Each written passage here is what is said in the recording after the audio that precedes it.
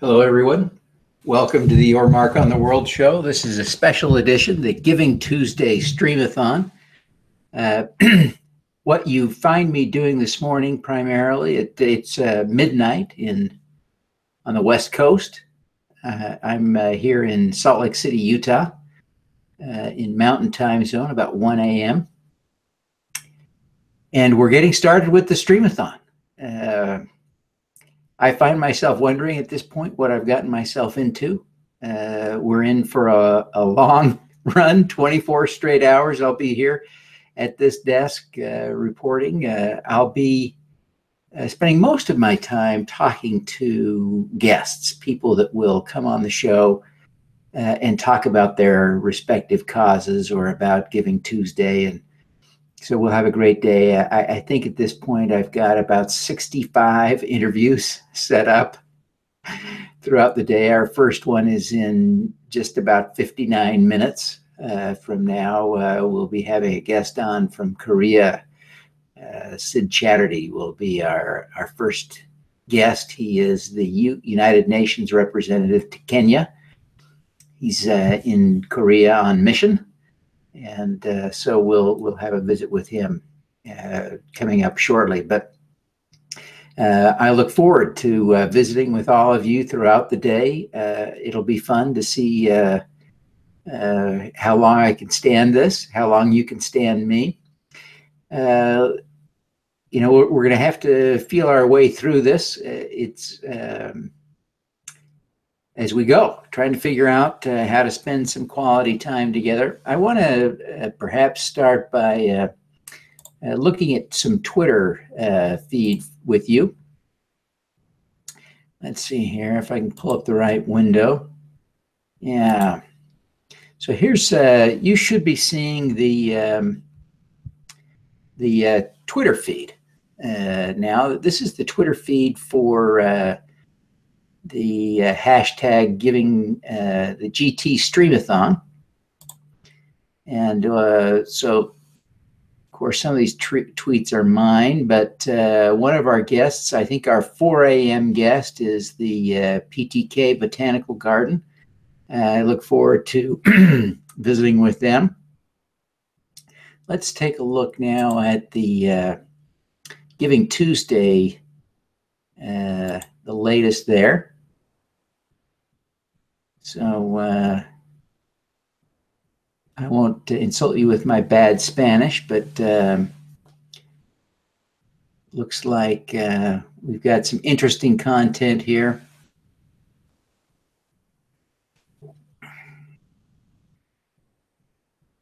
Today is Giving Tuesday. I'm aiming to raise 2,500 pounds for Macmillan Cancer, which could help run a large Macmillan information and support center for a week, helping people affected by cancer get the support and help they need. Inside Out LA, Giving Tuesday partner with Iola. Go to the website in our bio and give. Let's see what else we've got. Tolfa, it's Giving Tuesday. If you like our work, it's a good day to show it. Excellent, excellent. I hope it's okay if we read your tweet on Giving Tuesday here on the Streamathon. Well, I think we've got lots of fun here. Let me just check the feed here, see if there's any notifications I should be paying attention to here on Twitter. It looks like we've got a Barry Manilow fan following us. That's very exciting. So if you want to communicate with me while I'm live today, the best way to do it is to tweet. You can tweet at me directly at Devin D. Thorpe.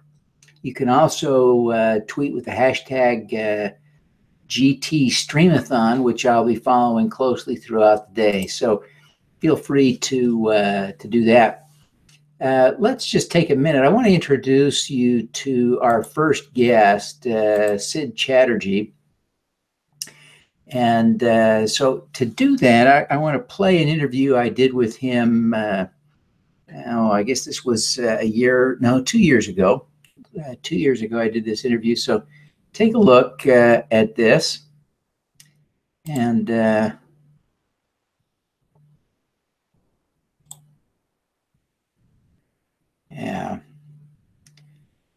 me just set the audio. Oops.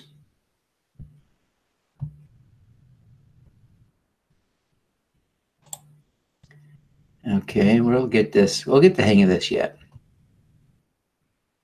So I'm going to switch the audio and then play that player. Okay, here we go.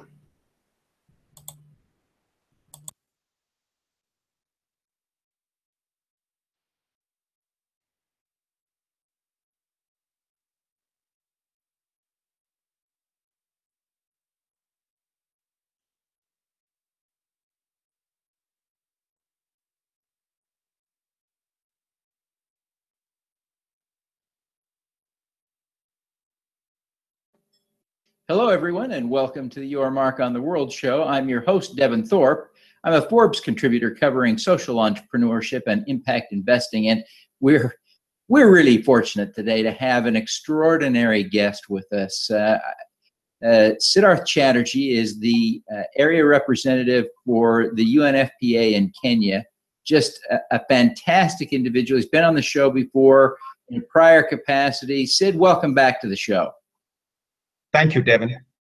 We're really excited to have you. Your work in Kenya is really remarkable. It's very important, and frankly, you're getting at one of the great tragedies of our day: the systematic mistreatment and maltreatment of women, especially young women and girls. You know, the sexual violence, the female genital mutilation, and child marriage. These things have just been a scourge on the women of the world, around the world, in so many places, and you're just deep into it in Kenya. Tell us a little bit about the problem that you are there to solve. Okay.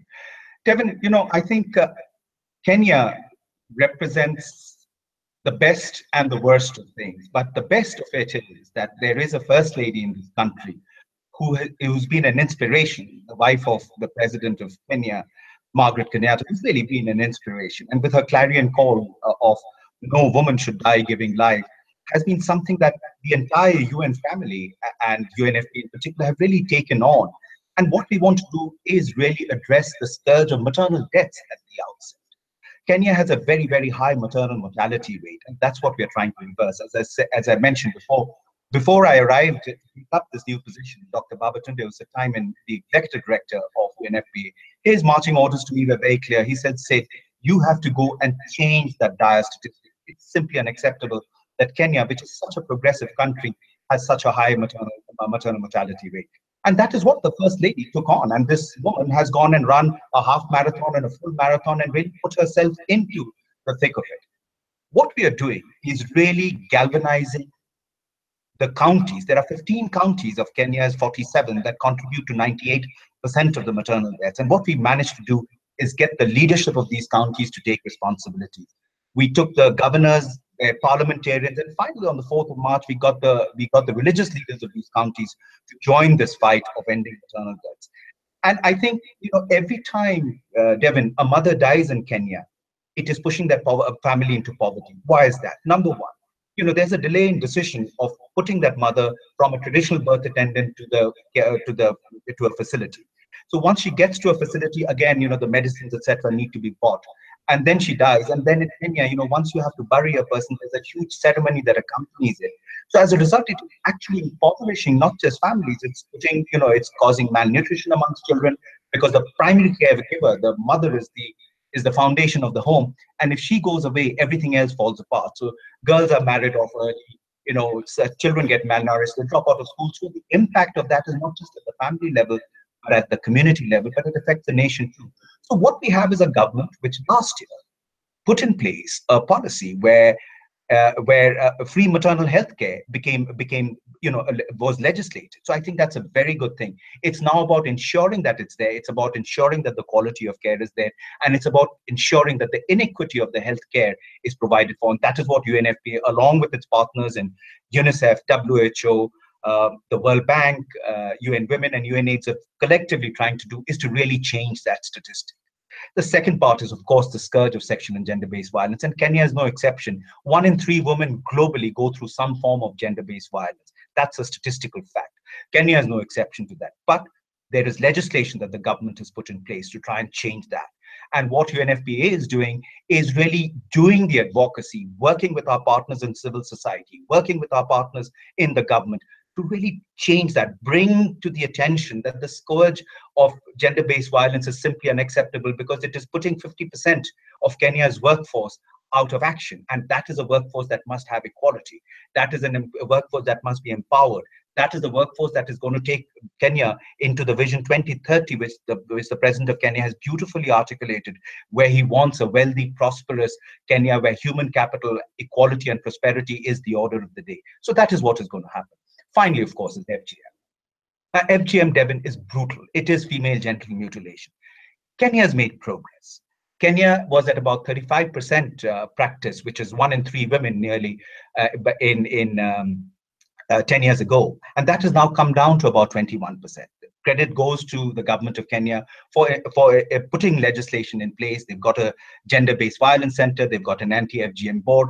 Credit goes to governments such as those of Great Britain and Norway and many others who've lined up to support the government of Kenya's initiative and that of UNFPA and UNICEF to really make sure that the end of FGM happens within a generation. And we are working towards that.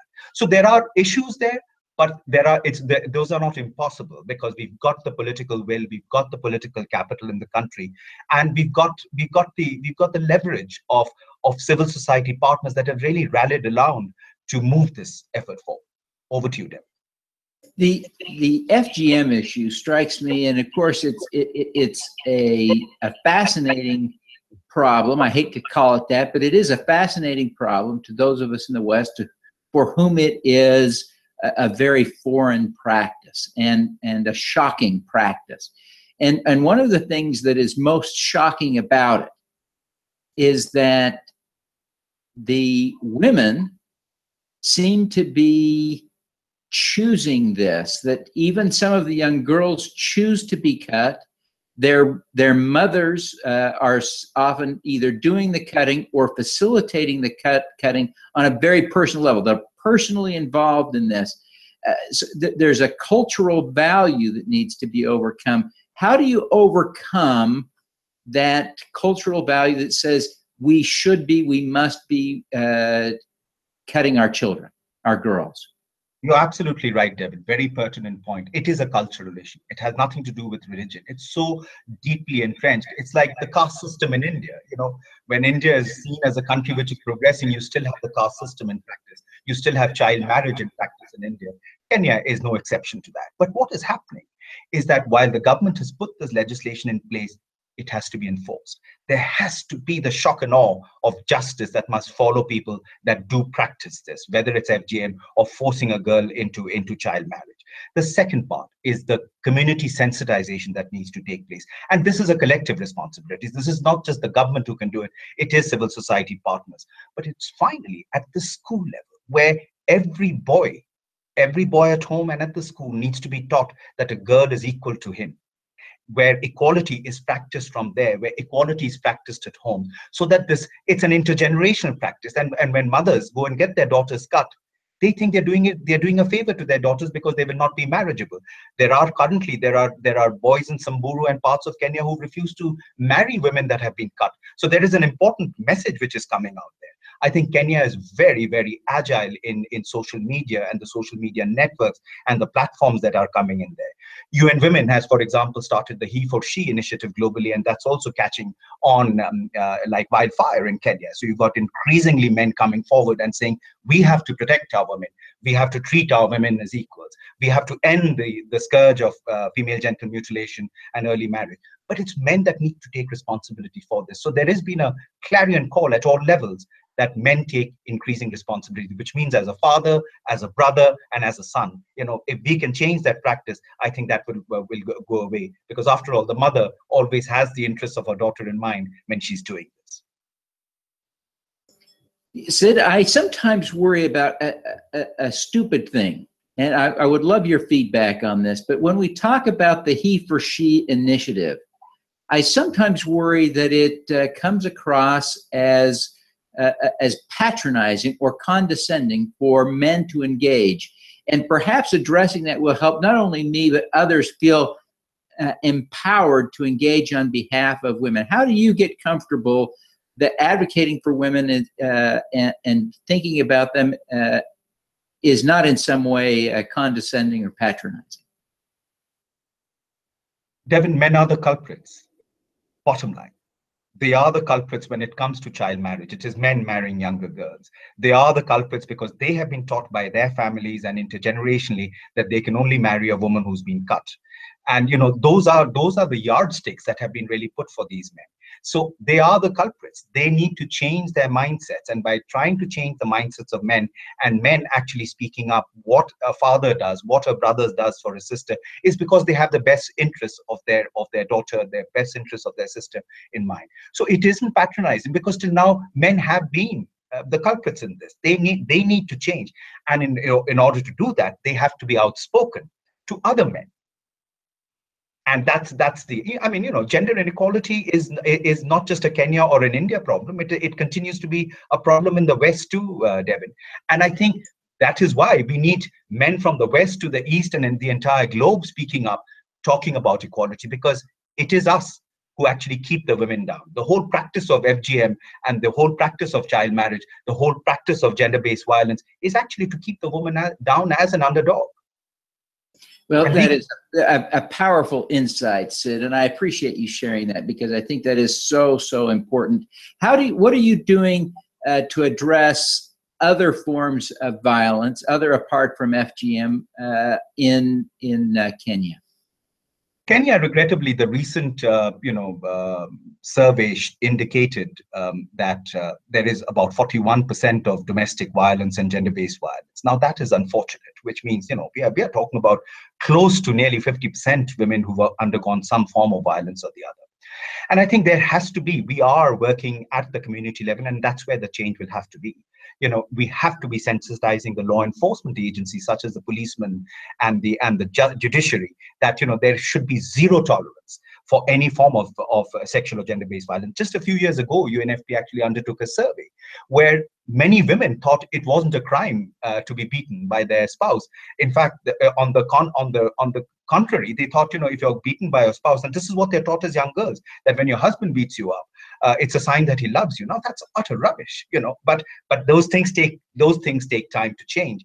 And I think these are cultural norms that are not going to go away, but at least we have the advantage of social media. We have the advantage of media. We have the advantage of having powerful opinion leaders like yourself, Devin, and that of the Kenyan media, which is very, very active and bringing these issues to light. I mean, after all, you only learned about the Delhi gang rape episode that took place in 2012 because media reported it. And after that, suddenly the reporting in India has also gone up. And I think this is the good thing, that women are increasingly coming forward rather than suffering in silence. That is what will change it. As people see, as people get terrified of the long arm of justice, which must follow, while we are working on culturally changing mindsets. It's like a red light. If you jump the red light, you're likely to have an accident, or a policeman will catch you and pay you a fine. So therefore, you're stopping at that red light. I think that red light needs to come on for any form of sexual and gender-based violence. Well, that's a great point. I was in India last year and had a wonderful visit while I was there, but I'll never forget reading in one of the English newspapers, and I forget which one, an article about the aftermath of that Delhi gang rape that you're talking about. And the article scared me a little bit, and I'd be interested in your reaction. And I realize this is a little off topic, but you have connections to India, and I'm sure you can appreciate this. But the article said that the number of rapes reported had nearly doubled after that gang rape, but that the number of convictions had barely increased at all. And the author of the article concluded that what had happened is that women were bringing forward false claims of rape. How do you react to that argument?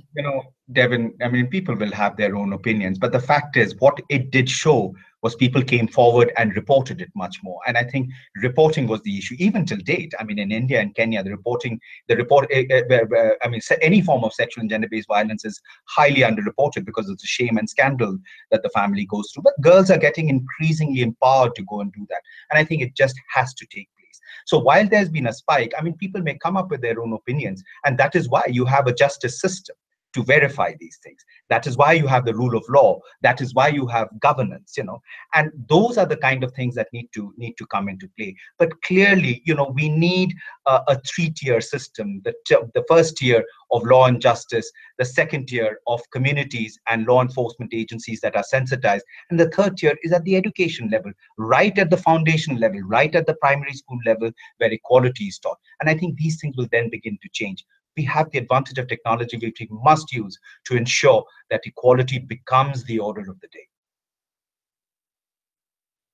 Sid, you are certainly someone that I look up to. And I suspect that many people around the world look up to you. You have been such an effective, outspoken advocate for women. Who do you look up to? Who, in turn, who do you call upon for inspiration when you're struggling, when you're having a down day, or when you're trying to take something to the next level? Who are you looking for or to for guidance, inspiration?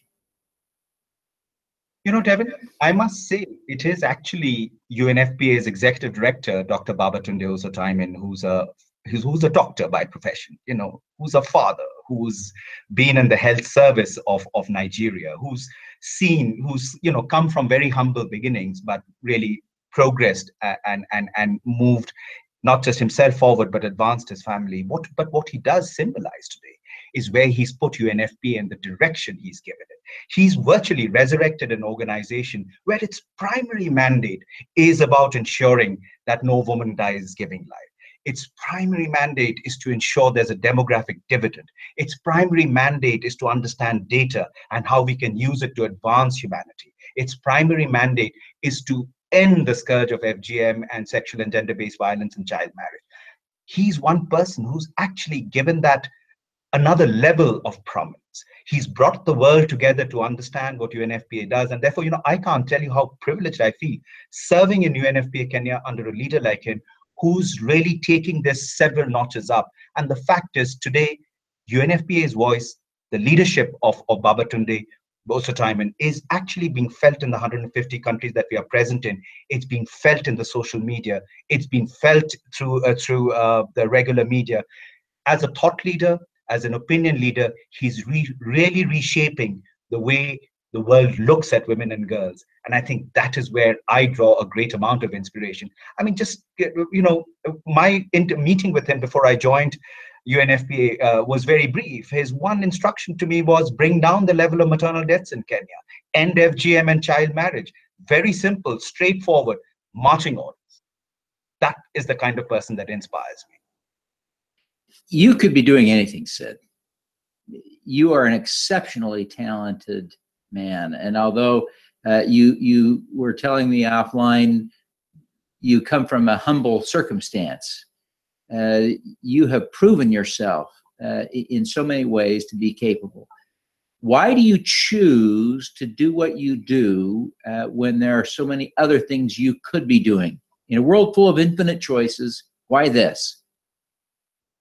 Devin, several factors. I started my career in the Indian Army, and I was a soldier in the Special Forces. And I served the army at a time when India had its own share of countering violent extremism. And I've seen, what violence does, what injustices do, and how people react to it. And I get a better sense of it having been on the ground and seeing it. So, when I moved out of the military and joined the UN system, it was like a fulfillment of a spiritual vacuum in my life. I saw things from an entirely different perspective. I understood the point of view of a soldier, but I also understood the point of view of those civilians that were getting targeted, of those other militias that were getting targeted. And this whole cycle of violence which got into play. And I think that's what inspired me in my work. And I think when I served in South Sudan and oversaw the demobilization of 3,551 child soldiers, that was that penultimate moment for me to see that, look, it's possible to do things with your background, getting a perspective of what the world is like, getting to see how children have so quickly lost their childhood and become, adults, instantly, and how we can actually go back to recreating and bringing them back to their childhood. That kind of keeps me going. And today in my work over here, with a fabulous set of partners, the Kenya Red Cross, the government of Kenya, the president, his wife, the cabinet ministers that they have here, from the foreign minister to the minister of health, all of them are an inspiration because they all really want to see Kenya change. And I think I'm just lucky and privileged to be here at this point in time, to be able to be part of that change. And I just hope we can make that happen. I have a great team in UNFPA Kenya. Most of my staff are just absolutely inspiring. They are national staff, but with their heart in the right place. They really want to see that they want to be a part of that change. And without them, we couldn't have progressed so far. In the last 1 year, UNFPA Kenya has seen dramatic progress. My deputy, the other international and the national staff that we have is a fabulous team. And we are led also by an extremely capable UN resident coordinator by the name of Dr. Nardos Bekele Thomas, who is from Ethiopia, incidentally, and she leads the UN system here. In fact, if you think I'm passionate, then she's 5 times more passionate than I am.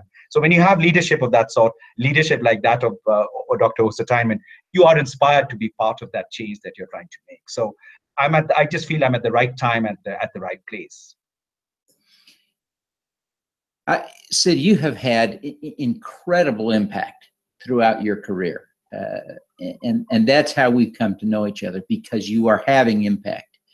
Everyone who watches this show has one thing in common, and that is a desire to have impact, a desire to make a difference. Can you give us one tip that would help us all make more impact? I think impact is when you start to feel it from your heart. It has to have an emotional appeal, Devin. It's the passion, it's the emotional appeal, it's the desire to see that one person's life change. And essentially, when every man, like it's Gandhi who said that, when every child born in this world brings forth a message from God that he's still not unhappy with man, I think there is that little bit in all of us that we want to make a change. And I think in the diversity of humanity, there are institutions and there are individuals that can really I get inspired by what UNFPA does every day. And by that inspiration that UNFPA does, I'm able to actually have that impact. So I think it is connected to a group of people that I work with the team I'm in, but at the same time, I'm also connected to an organization that believes in wanting to make this change. And it is that belief which inspires me. And just to see the smile on the face of a mother who's just delivered a healthy child and she survived it is perhaps the most. I mean, there can't be anything more rewarding, Devin. And recently I just came back from the Kakuma refugee camp, where UNFPA, along with the International Rescue Committee and UNHCR, has just established a gender-based violence center. And I can tell you that, some of these women that have seen the trauma, these are South Sudanese refugees, really seen the trauma of being sexually ravaged and just the recklessness with which men, Devin, undertake these acts of violence. For them to come out of that and to see a smile that they are able to actually keep that aspect of them behind them and move on in life, there can't be anything more satisfying than that. So I think it is that. I think it's that reward of watching that smile. It's that reward of seeing a little healthy baby child is what I think keeps all of us in the UNFPA system utterly inspired. Well, you are an inspiration. You are an inspiration to so many. We really want to thank you for taking the time to be with us today. This has just been a great and exciting discussion, and I really appreciate your time, your passion, your energy. I'm sure some of our viewers are going to be interested to connect with you, to learn more about what you're doing. Coach people on how they can follow up with you or learn more about the UNFPA and its work in Kenya. Well, UNFPA has a website. So if they just have to Google the UN Population Fund, UNFPA.org. And I'm available on Twitter. I have, and it's easy to get in touch with me through Twitter. It's just the easiest way. Or LinkedIn, for example. That's another place. But yes, I'd love to connect with people who have, who really want to go out there and make a difference. And I think there are many of us who can really come together and in our own small or large ways try and do exactly that. Well, Sid, thank you very much for your time today. We wish you every success. Thank you, Devin. Thank you very much. All right. Thank you. Bye-bye. Bye-bye.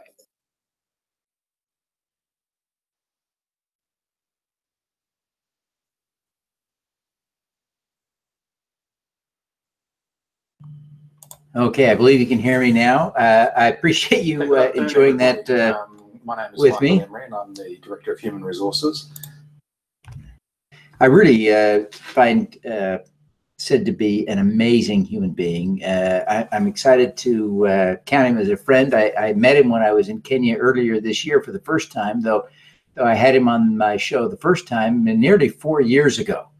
So our relationship goes back some time, and I do just think of him as one of the world's great people, and am honored to count him as a friend. But it was fun to meet him in person in Kenya when I was there earlier this year on a trip with the Miller Center from Santa Clara University. They invited me to attend a program there where they had been mentoring and training in their global accelerator, 14 companies that were doing business in Africa, most in Kenya. Fantastic program there at the Miller Center, and we'll have a representative from the Miller Center on the show later today. We'll be able to talk more about that with him. Sid has been such an inspiration to me that I've done, it really has altered my thinking about the importance of men speaking out about women. And so I want to show you a video that I did kind of explaining my passion for women and speaking out for and on behalf of women. So if you'll give me just a moment, I'll pull that up here.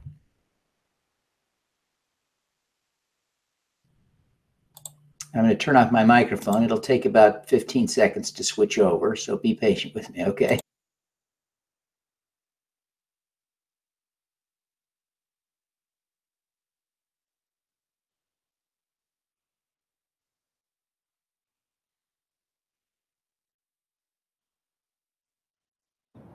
Men. We think we understand women because we all have mothers, and a few of us still have wives or girlfriends. We also think we know how to run a restaurant because we eat. I'd like to think I'm different, but I'm not. I don't understand women. I will never understand what it's like to be a woman. Last year, I was invited to speak at the UN on gender diversity. The MC challenged me to do something, anything, to improve gender diversity within my sphere. I agreed that I would ensure that at least 50% of the guests on my show would be women. The first thing I learned was that only 28% of the guests on my show had been women. A funny thing happened when I started having more women on my show. I started hearing about women's issues. For instance, I did 3 episodes of my show on menstruation. It turns out that feminine hygiene products are a big deal. Girls in the developing world sometimes miss school because they lack them. Some are even sexually exploited. Celeste Merkins launched an NGO called Days for Girls to help provide feminine hygiene products to girls so that they don't have to miss school. She stands up for women. After Donald Trump was exposed for having bragged about sexually assaulting women, I learned that many women, perhaps most, have been sexually assaulted. That doesn't make it okay. That makes it a global tragedy. About 20% of women are sexually assaulted in college. Laura Dunn, a lawyer and a survivor of campus rape, organized Serve Justice to ensure that the federal government would enforce protections for victims of campus rape rather than protecting the perpetrators. She stands up for women. I still don't understand women. I will never understand what it's like to be a woman.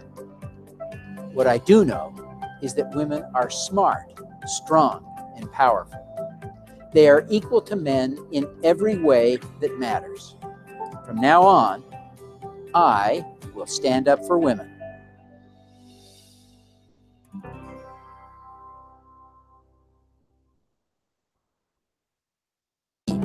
I'd like to think I'm different, but I'm not. I don't understand women. I will never understand women.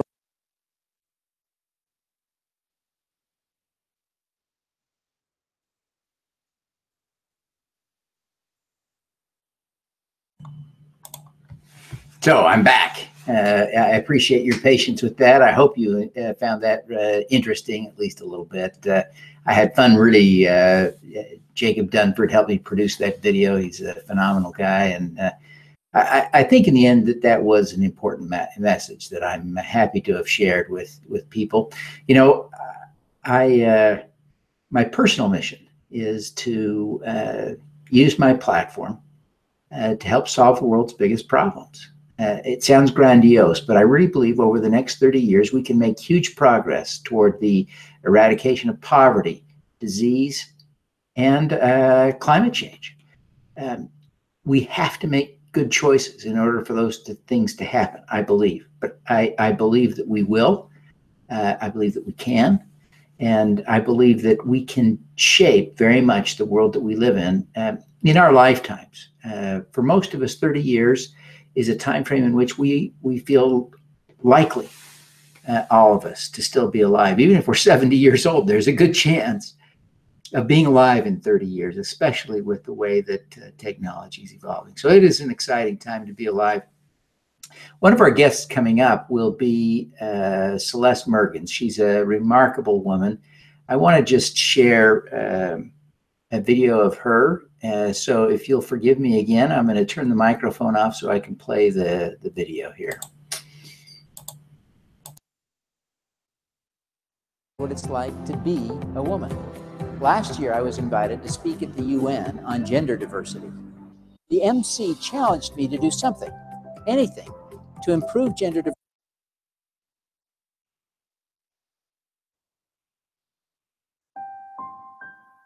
We had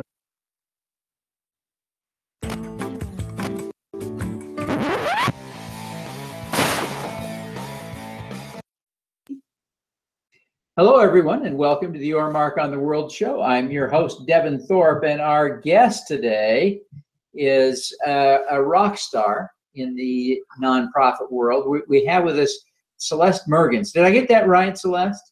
You did. Oh, good. It's a miracle.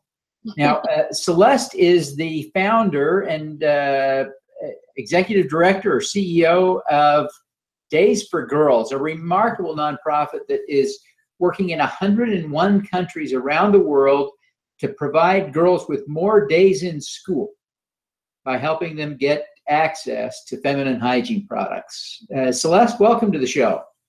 Thank you. It's a privilege. We're thrilled to have you and appreciate the great work you're doing. We've got a great conversation ahead of us, but take just a few seconds, if you would, and give us a quick report on what you're doing at Days for Girls.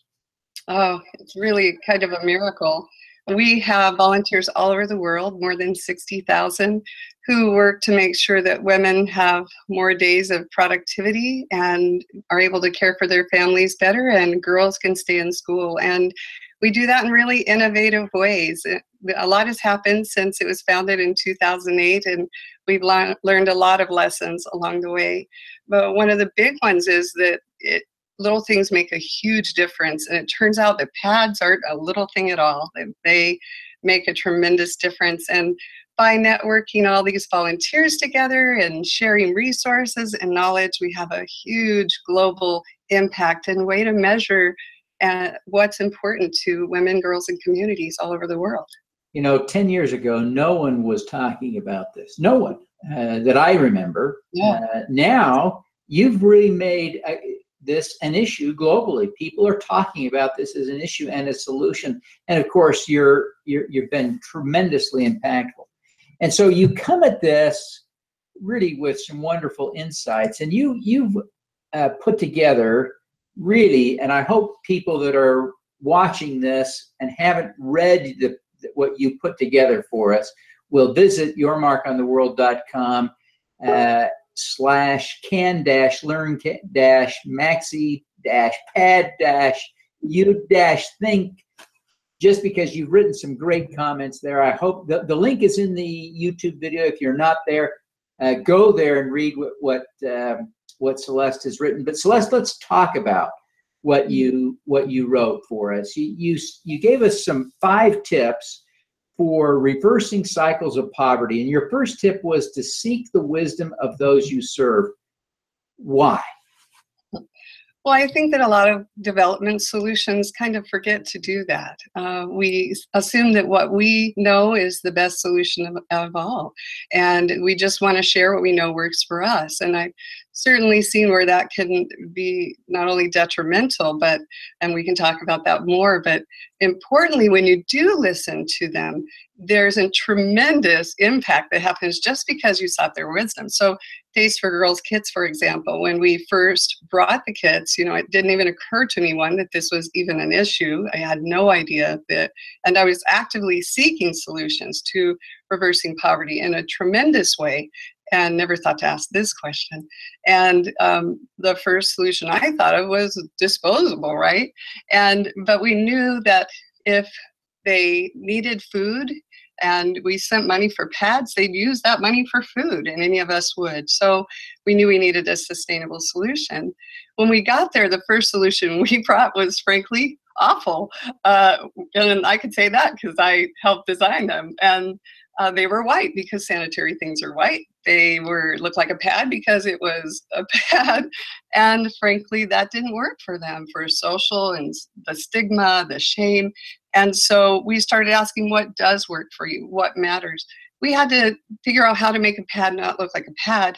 And in that process, it turned out that the new design that their promptings innovated used 1/4 of the water, dried far quickly, both things really important to them, and broke that stigma and taboo barrier. It's hugely genius on so many levels. It adjusts to their needs daily.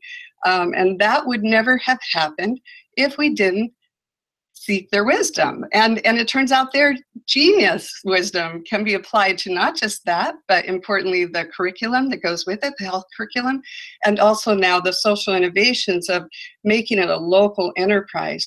That we have done in a process that sought their wisdom and included them in the process. And that's a powerful thing. Well, it really is powerful. Now, your second tip was to be culturally, physically, and environmentally relevant. How do you do that? Oh, I learned that one the hard way. So again, that's listening and looking a little deeper, right? The first place that we went to with Days for Girls kits, when I learned about it, you can imagine, when I learned that they were waiting there in their room in isolation for days, sitting on a piece of cardboard, I was shocked, and I knew something had to happen. We had to change that. But my first response was, I know we'll get disposable things, and we did, but sustaining that would be difficult. And what I didn't anticipate, I'm ashamed to say, is there was no place to throw them away. So they were littering the chinks along the chain link fence adjacent to the latrines. The latrines were stopped. They were in piles. People were trying to reuse them. It was on so many levels, not just not sustainable financially, but not working for them environmentally. What if we just ignored that and ignored the fact that purchasing kerosene to burn them would be an issue? And what if we ignored that? Instead, we listened. And I'm grateful to say that I learned that the hard way. I've been in a meeting where an executive director of another nonprofit, a nonprofit I admired, was proposed that they couch the issue of, or a proposal of having composting toilets, and instead put in a 30-foot shower facility for only girls. Why only girls? After PE, and for a school she was supporting. This was twice the cost, or 3 times, of a classroom. This was in an area in a very arid part of rural Kenya, so arid that we had water issues I was working to try to overcome. Why would we import the worst thing in junior high ever to a place where there's so little water at such high cost? But I proposed to you, she wasn't being anything but genuine to what her experience was of a good thing, that they might want a warm shower. it just wasn't practical there. And there are many examples I can share with you. And thanks to that gift of seeing those examples, I knew it's really, really important to not consider just what you know, but to reflect off what they have and what they need is much more important. Yeah, great stories, great insights. Now, your next tip was to look closer. What do you mean by look closer? So I had been looking for, I mean, we could go on and on about how I'd been looking for solutions to help girls stay, people, boys and girls stay in school, help communities thrive, help them use more of their own resources to be sustainable in and of themselves. That was my project. And I really was very dedicated to that. And it never occurred to me to ask the question, what are they doing for feminine hygiene? And who would have guessed, seriously, between you and I, Devin, who would guess that it would turn out to be key to reversing cycles of poverty? And not only that, but violence in communities. And not only that, but important educational access and many layers of opportunity. And also, if you don't have what you need, and you're sitting on a pile of leaves, or you're sitting on cardboard, or you're using trash or whatever you can find, and you don't have the security of even knowing you can sit down with confidence, how do you believe that you have as much to contribute as any member of the community, and that your voice and your strength counts there? That means all of us are weaker, the whole community. And none of this did I recognize. And yet UNESCO, we know from a status, has let us know that 2.6 million girls are estimated to be out of school in Kenya alone. And that's a tremendous loss, not to that nation, but to all of us. And I didn't see that. No one at the time, very few were looking at that at all. And if you just look deeper, not just to, do they need books? Do they need uniforms? But also, what's keeping them out of school? It was widely known, and there are more than just menstrual pads is that really reason, but that they were far less likely to attend school as a teenage girl. And this was one of the roots. So look, if we miss this key, what other keys are we missing? Because we just maybe hidden in stigma, or maybe just we didn't look that far. Yeah, great insight. And now I want to drill down on something you said, and it hints at something tragic, but you said that a lack of feminine hygiene causes or led to violence against women. Certainly the world is full of far too much violence, and especially against women. But what's the connection with feminine hygiene?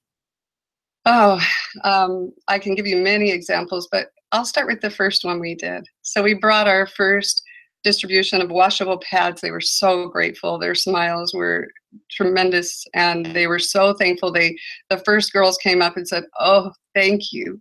Before you came, we had to let them use us if we wanted to stay in class or leave the room." I hoped that didn't mean what I feared it meant. I had 250 more girls to come and another 250 behind that. And so I couldn't even stop. I had to ask them to come back and talk with me. And they later confirmed that they were being sexually exploited in exchange for a single disposable pad. Now, that too, Devin, happens to be true, it turns out, all over the world. Not everywhere, but in far too many places. And there are other reasons. The education part of what we talk about has a self-defense component. And that self-defense program is not just about move this, kick this. It's not that. It's about an actual dialogue about you have the right to stand up for yourself. You have the right to say no. And you have the right to be safe and strong and healthy. And that's in some cases something that's never been introduced to them ever. It's profound. There's just no words. Your next tip was to keep it simple, basic, direct, effective, over efficient. What do you mean by that?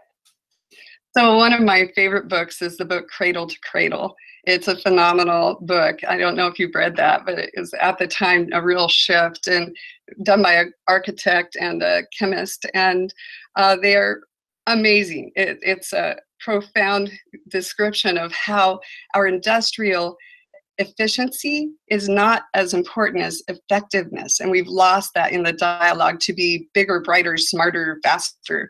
And they gave the example of a cherry tree, and that if it was made efficient, it would maybe have less branches, less leaves, certainly less cherry blossoms. They're wasteful, they drop to the ground, and let's streamline this thing and make it a little more modern and hip.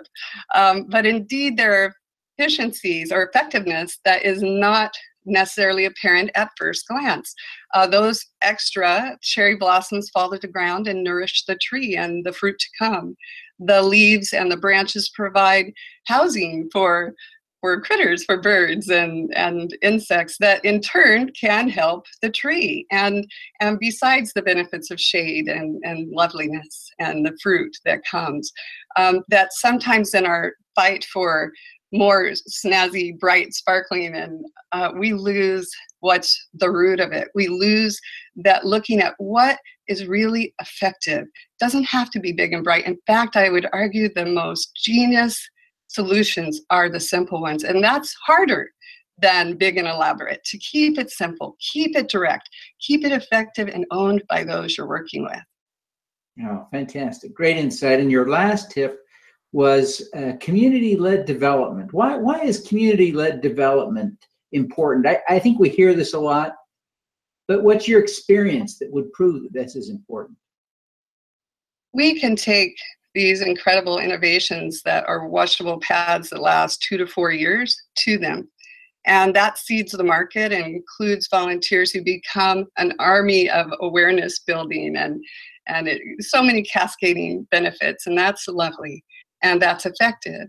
But to be able to go and give them the tools, give them the resource, and make it their own, not only builds on that ability to hone from their wisdom, but it also makes it their supply chain. They become the leaders as ambassadors of women's health. They are the ones leading the charge forward, and they get to the extra mile. And we become a support, holding the knowledge coming from all over the world and gathering the measurement and monitoring and evaluation all over the world. And that is how you do the audacious thing that we have on our list, which is reach every girl and woman everywhere, period, by 2022. That's really audacious to say, but we mean it. And that's how you do it. You don't hold it in your own hands and say, we've got to have control. You have measured control that is part of this gooey thing that we like to call tenacious flexibility. We have tenacious flexibility in holding to what we know works, holding the supply chain together and being flexible to bring the knowledge and best practices honed all over the world. You can see how much more powerful that is to have it community-led, to have it become an economic stream of income while empowering them to make this change in their own communities. That, in combination, this hybrid we have is hard to understand. A lot of nonprofits can't even understand what we're talking about, or granting organizations, but it's powerful and it's working. Oh, fantastic. Now, I want to just take advantage of the opportunity. We've got just another minute or two, but tell us a little bit, if you would. You are clearly a role model to many, but who do you look up to as a role model?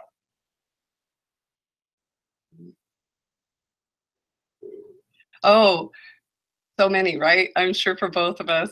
And I would say, I'd have to say Wangari Maathai. She won the Nobel Peace Prize for her work with the Green Belt movement. She passed on just a couple of years ago from cancer. But she took practical initiatives. She wanted to stand up for trees not being eradicated and her community in Kenya or nation turning into a desert. She wanted to stand up for this simple thing, and so she did. And then she made a direct way that other people could do it with her and join in this movement. And by doing that, she made a tremendous impact, and then she stood her ground and kept inviting people. And all over the world, when I speak with young girls, I tell them, you could be the next Wangari. How do we know you're not her? You could be the voice that changes things for your whole nation. You are priceless. Your future is priceless. Your education is priceless. And because I believe she's a great example of how one person can make a huge difference just by not only standing up, but inviting others to join her. Oh, that's great. Now, you know, everyone sort of gets that young girls all around the world are important and that they should be in school.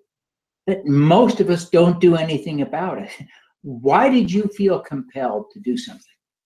Oh, Devin, if you had seen, those first girls, if you had seen their faces, they were smiling when they said sorry. It was so bad.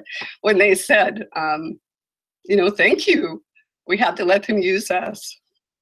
I promise you, if just those 10 girls could say no to that, it would be worth everything. Instead, it's been a magnitude of 300,000 women and girls in 101 nations that we can count, and actually 2 to 3 times more than that. And that's because of all the heroes that have stepped up. There are so many things that are hard to change, but this is not one of them, Devin. This is something we can change, and the effects are so far-reaching. I am truly just so honored to be able to do it.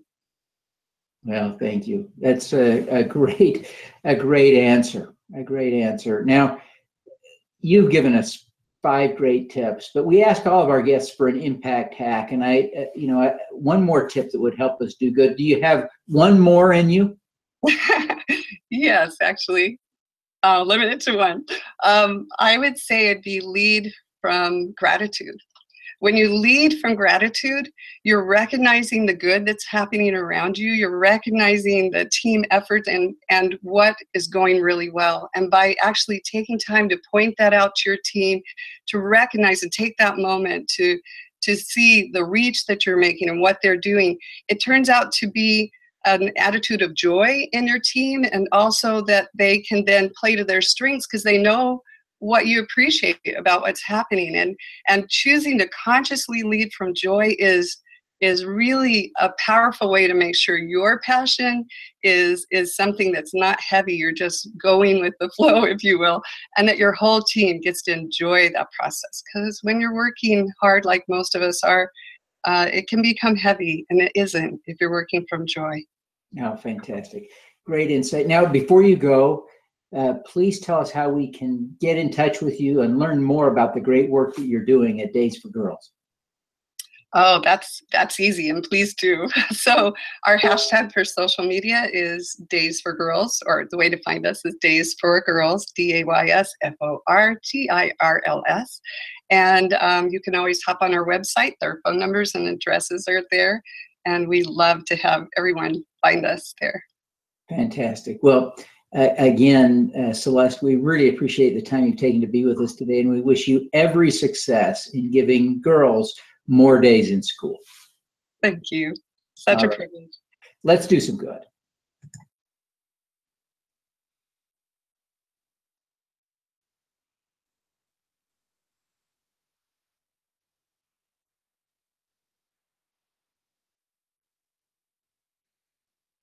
He's a NASCAR champ.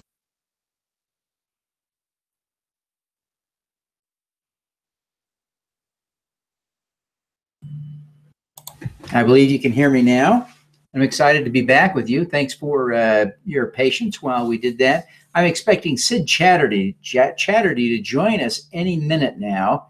Sid, if you're listening, go ahead and click on in to the call. Let me see if I can...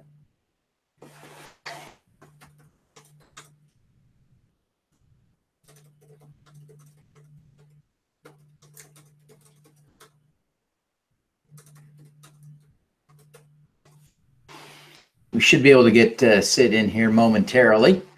Trying to coach him a little bit to make this work. But Sid is just a phenomenal human being.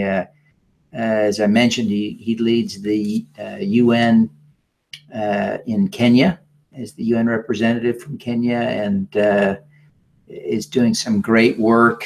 And I'm excited to tell you more about Sid. Because he's just, and to introduce him to you. I look forward to his joining us. right now he's interested in telling us a little bit about the famine that threatens so much of Africa, but he's of course focused on the folks in Kenya who are at risk, and it is a scary number of people in Kenya who are at risk, and we'll talk more about that here in a few minutes. I'm hopeful.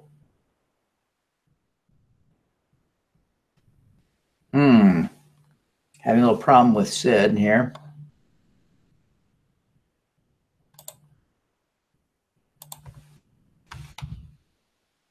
We can get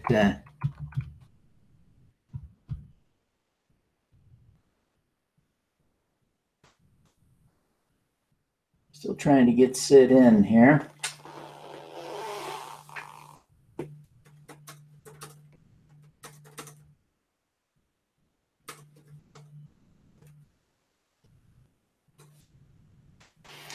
Trying to get him in. I apologize for the technical difficulties.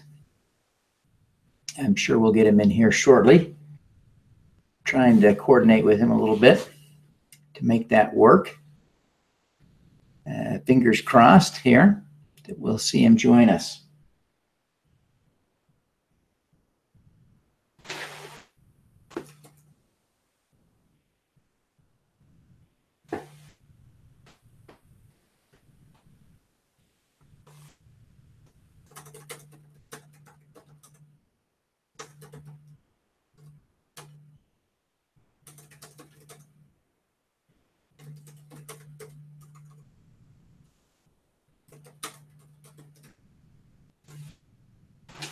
Still working on that. He's having some problem connecting from his iPad, so we'll give him a moment.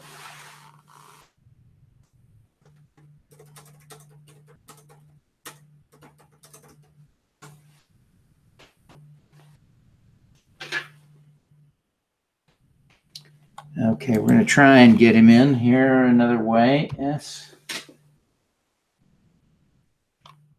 Chatterjee.un@gmail.com.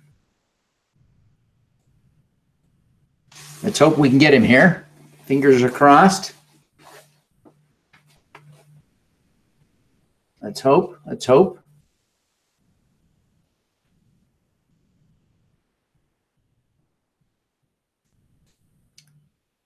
Hang in there with us. Appreciate your patience.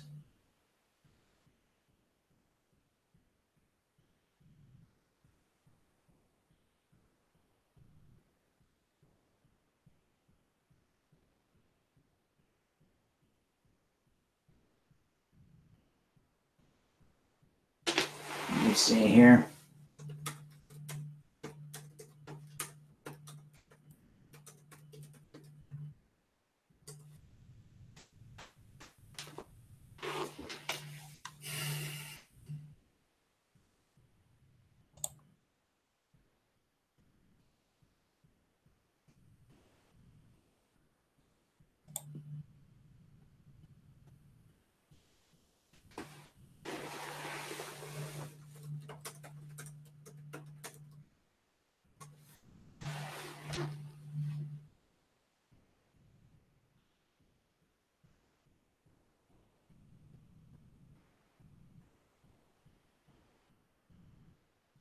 So still waiting for Sid to join us. I'm glad I was able to play the earlier interview I did with Sid for you because I wanted you to be able to meet Sid, and I still hope we'll be able to get him connected here for our conversation today because he's just such a remarkable guy that we really want to have him be a part of this conversation.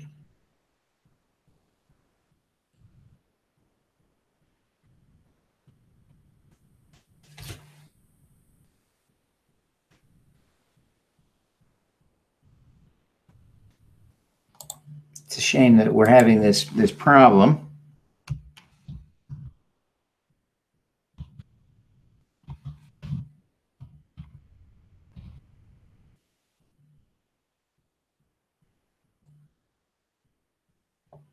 Still hoping to get him in here because this is such an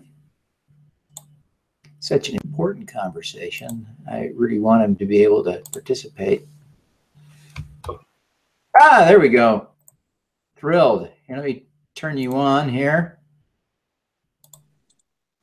Okay, there we go. Sid, we're thrilled that you could join us. Thrilled that you could join us. Thank you for having me, Devin. Thanks for making the time there. I appreciate it. I know you're on a trip, on a mission there in Korea, but we're thrilled to have you join us. And I'm grateful that the time zone made it convenient for you to talk to me in the middle of the night here in the United States when relatively few people were willing to be on. But I'm hoping that the audience we have will really be educated by your message this morning. So, Sid, tell us about the drought in Kenya. It sounds like it's getting horrible. So, Devin, back in 2016, the drought really came on to Kenya. And I must say at the outset, a commendable job done by the government of Kenya to respond to it. So they'd set up a task force. The response had started. There were close to about 1.8 million people that were affected by it. But very quickly, Devin, these figures doubled. And, in a few months, these figures went up to about nearly about 2.6, 2.7 million that were affected by the drought. And that's when in March of this year, actually 2017, together with the government of Kenya, the United Nations family, and the Kenya Red Cross, which is another very important partner of ours, joined together and launched a flash appeal for about $166 million, of which about 50% of the funding came in. Now, with that, a robust response continued to be launched. But as I said, the numbers kept on increasing. So today, as we speak, Devin, there are close to 5.6 million people that are affected, of which 3.4 million are food insecure, and about 2.8 million are severely food insecure. There are about 380,000 children that are severely malnourished. So we are looking at a humanitarian catastrophe, which is actually affecting. This is a malnutrition emergency. So again, the United Nations family and the Kenya Red Cross came together and relaunched a revised flash appeal for $106 million, of which the Kenya Red Cross focused on about $25 million, really to look at some of the hardest hit counties, which are in the northern periphery of Kenya. Now, the government resources have been stretched to the limit. The government has done a commendable job. In fact, the severity of the drought and the impact of the drought would have been far, far worse had the government not been on the leadership role. But we as humanitarian partners, we as the United Nations family, we as the Kenya Red Cross, the civil society organizations, the non-governmental organizations have all come together and said, look, we just have to step up the humanitarian effort while a discussion is also taking place with the government in terms of long-term resilience. So at this present moment, just to let Kenya Red Cross respond to some of the most life-saving and urgent humanitarian interventions, we are appealing for about $25 million, which can go directly to the Kenya Red Cross. They are there at the front lines of the drought. They are out there in some of the most remote areas providing nutrition, food, cash transfers, access to clean water. And the most important thing that the Kenya Red Cross helped as an auxiliary to its own government is the dignity. Now, let's not underestimate the importance of dignity here, Devin, because people need to get resilient, people need to get that support, but at the same time, people need to feel confident that in the future, they should not be repeatedly focused and being impacted by a situation like this. So what we are keen to see happen now is a response to the appeal that has been put out by the Kenya Red Cross, and I hope all your viewers can come forward, respond to the flash appeal, and respond to the link that Kenya Red Cross has put up over there to be supported. Over to you, Devin. Sid, I really hope that they will respond. I have on the screen now, I think you should be able to see the link. You sent me a long link. I've created a short link using Bit.ly. So at bit.ly/Kenya Drought SC. So Kenya with a capital K, Drought, and then capital S, capital C. Those are your initials. So Kenya Drought SC at Bit.ly. That's the short link that you can use to make a donation to support the food emergency. Really, what sounds a lot like a famine to me. You've been careful, it seems, not to use the word famine in your discussion, Sid. Is there a reason that you haven't used that word? Well, it isn't a famine, Devin, and that is because I have to say the government has done its part here. Had it not been for the government of Kenya, had it not been for the county authorities who've been out there, the devolution is really having an effect. But of the 24, what we call the arid and semi-arid counties, there are close to 14 to 15 of these counties which are in a very, very dire situation. There is nothing you can do to turn off the climate. There is nothing you can do to turn off what's happening in the neighboring countries, such as Somalia, which is seeing a famine. South Sudan is seeing a famine. Don't forget, these are people that are affected. These are countries which also border Kenya. Kenya has actually been hosting a lot of these people, not just as refugees, but internally displaced people that have been coming forth over there, seeking support, seeking solace, seeking food aid. And Kenya has been generous. It has not said that, this support is exclusively for the Kenyans. They have really, come forward with that sense of humanity. But let me add here, had we not had a partner like the Kenya Red Cross over there on the ground, together with our UN partners, UNICEF, the World Food Programme, the Food and Agricultural Organization, the Office for the Coordination of Humanitarian Affairs, UNFPA, really outstanding work. Given the difficulties, given the funding challenges, we have 4 major famines in the globe. We have, from Nigeria to Yemen to Somalia and South Sudan, we are seeing a major, major challenge. And the famine gets worse simply because you also have a man-made element to it, which is the conflicts, which is only further aggravating the situation. In Kenya, that's not the case. In Kenya, like in Ethiopia, the governments have really been on the front foot, trying to assist their population. But, there's only this much you can do. There is only a finite budget. That is why, as the UN resident coordinator, I would commend the Kenyan government. I would commend partners such as the Kenya Red Cross. I would commend our civil society partners such as the Save the Children's and others who've really stepped in and really wanted to make a difference. But it has expanded well beyond what we anticipated. There are rains coming in Kenya, and that could potentially be very deceptive. You see, the rains that were coming in of the rains now doesn't help because we've missed the season for planting the seeds. We've missed all those seasons, and these rains are very ad hoc. It's not got the kind of consistency that we are looking at, and climate change is not helping us at all.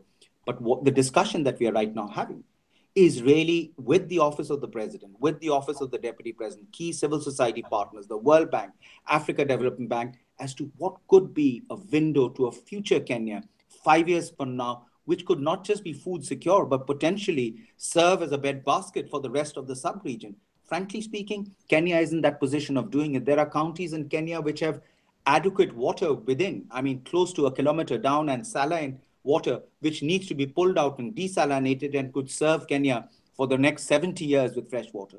What is needed is the coming together of partnerships where we need foreign direct investment. We need the private sector to come into this because the need for food is going to keep going up. That is why we have a sustainable development goal number 2 of zero hunger. Kenya potentially can be food surplus. Africa's population is going to be 2.3 billion by 2050.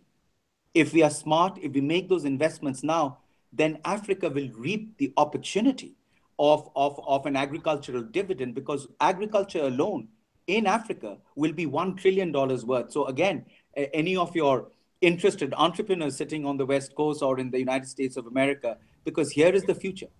We should not be in a situation, number one, to call a place, droughts will continue to happen. There are different parts of the world which continue to see droughts, but they don't become food deficit. They don't become food insecure. We must be food surplus. We must be capable of looking after our children. There should be zero stunting, zero malnutrition. Imagine these 380,000 children in Kenya that are affected by severely acute malnourishment. Imagine what their futures would be.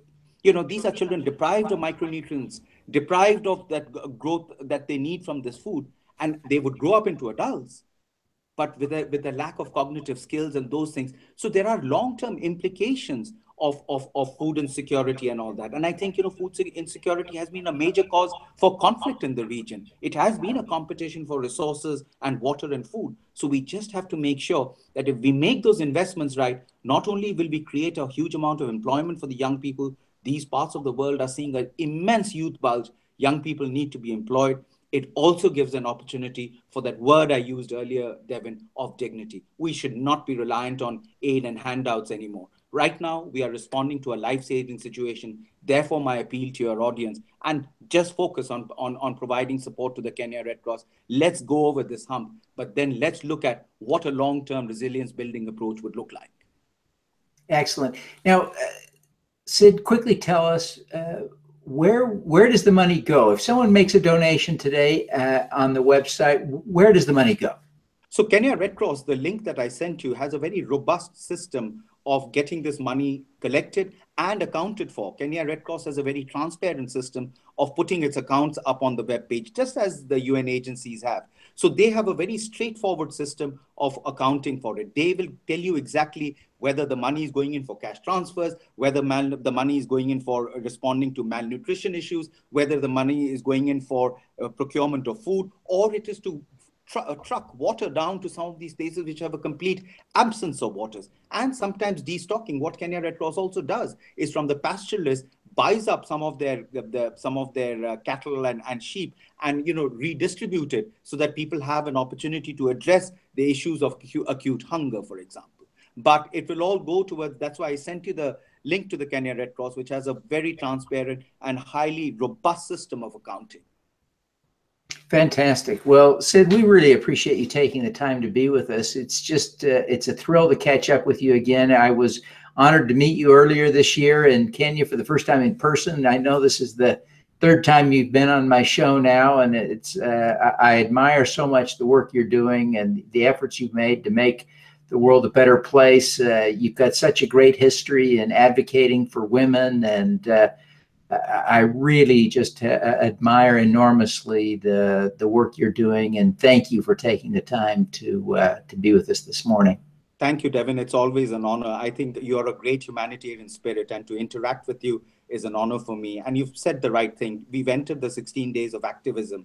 It is about ending all forms of gender discrimination, all forms of harassment, all forms of violence against women. But you know what, Devin? In these situations of droughts and emergencies of this sort, it is women and children that are worst affected. So we just have to keep this thing going to restore the dignity, to make sure that women and children are best protected, whatever the environment be, in peace, in conflicts, or a natural hazard like a drought.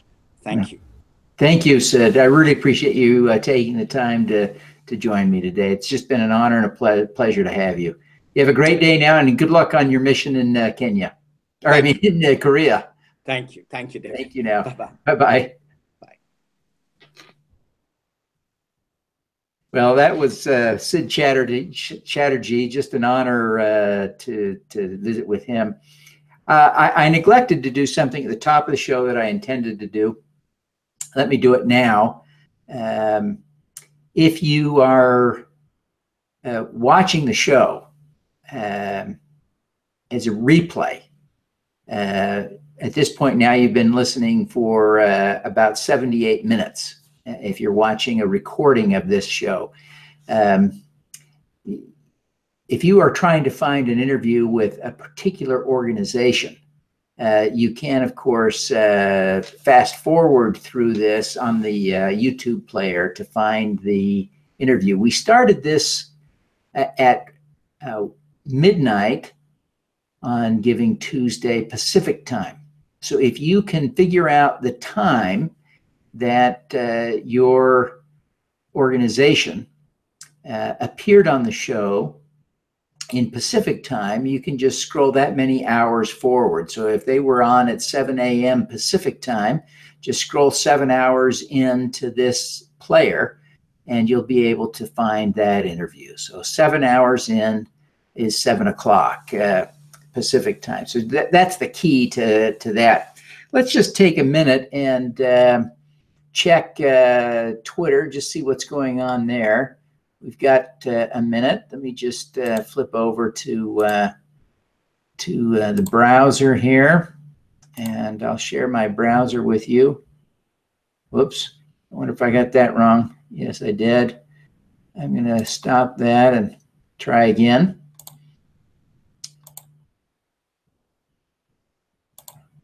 Okay, so now we've got the browser up. We'll go over here to Twitter. Let's do a little checking there. So we'll check the Streamathon hashtag here first. Let's look for the latest. Okay, just looks like my tweets there. Great, let's go to the GivingTuesday hashtag. Let's get a refresh on this. See what's going on there.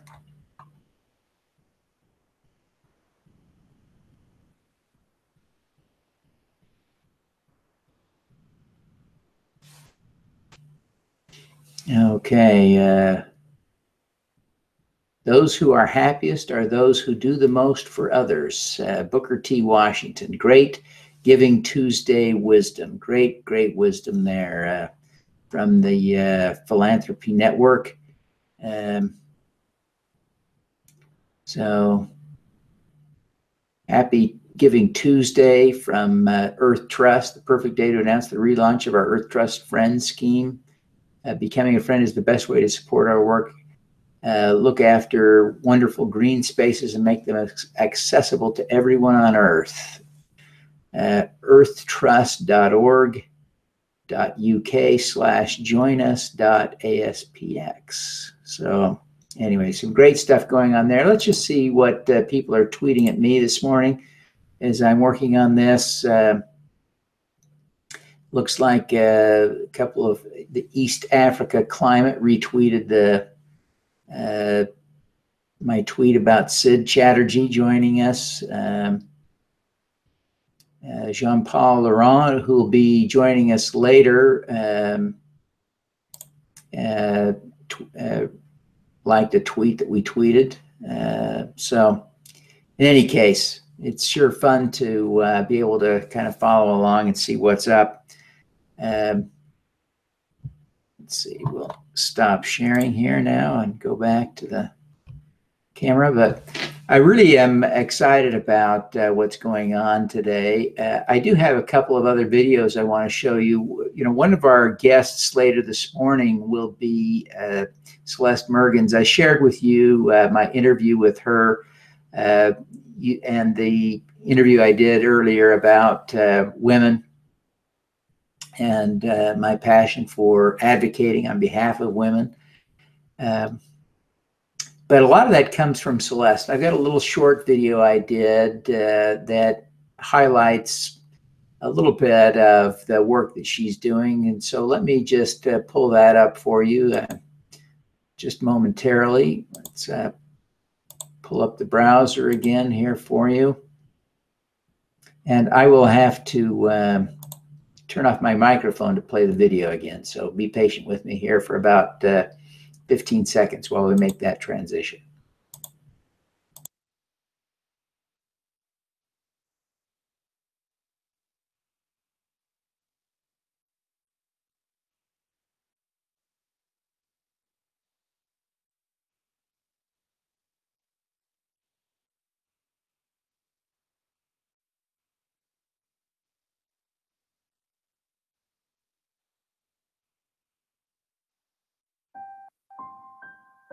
We had to let them use us, they said.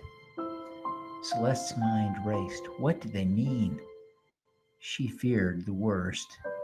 The girls confirmed that they were being sexually exploited for access to feminine hygiene products. The girls were ecstatic, receiving their first reusable pads. Celeste Merkins is the founder of Days for Girls, a nonprofit that provides washable, reusable sanitary pads to girls in the developing world. Celeste says, if you are sitting on a pile of leaves, how can you believe you have as much to contribute to your community as anyone else, and that your voice counts? she's learned that 2.6 million girls are not attending school in Kenya alone. Providing sanitary pads keeps girls in school and breaks cycles of poverty, in addition to reducing gender-based violence. Having already reached 300,000 girls in 101 countries, her audacious goal is to reach every woman and girl in the world by 2022. Learn more at bit.ly/CelesteM.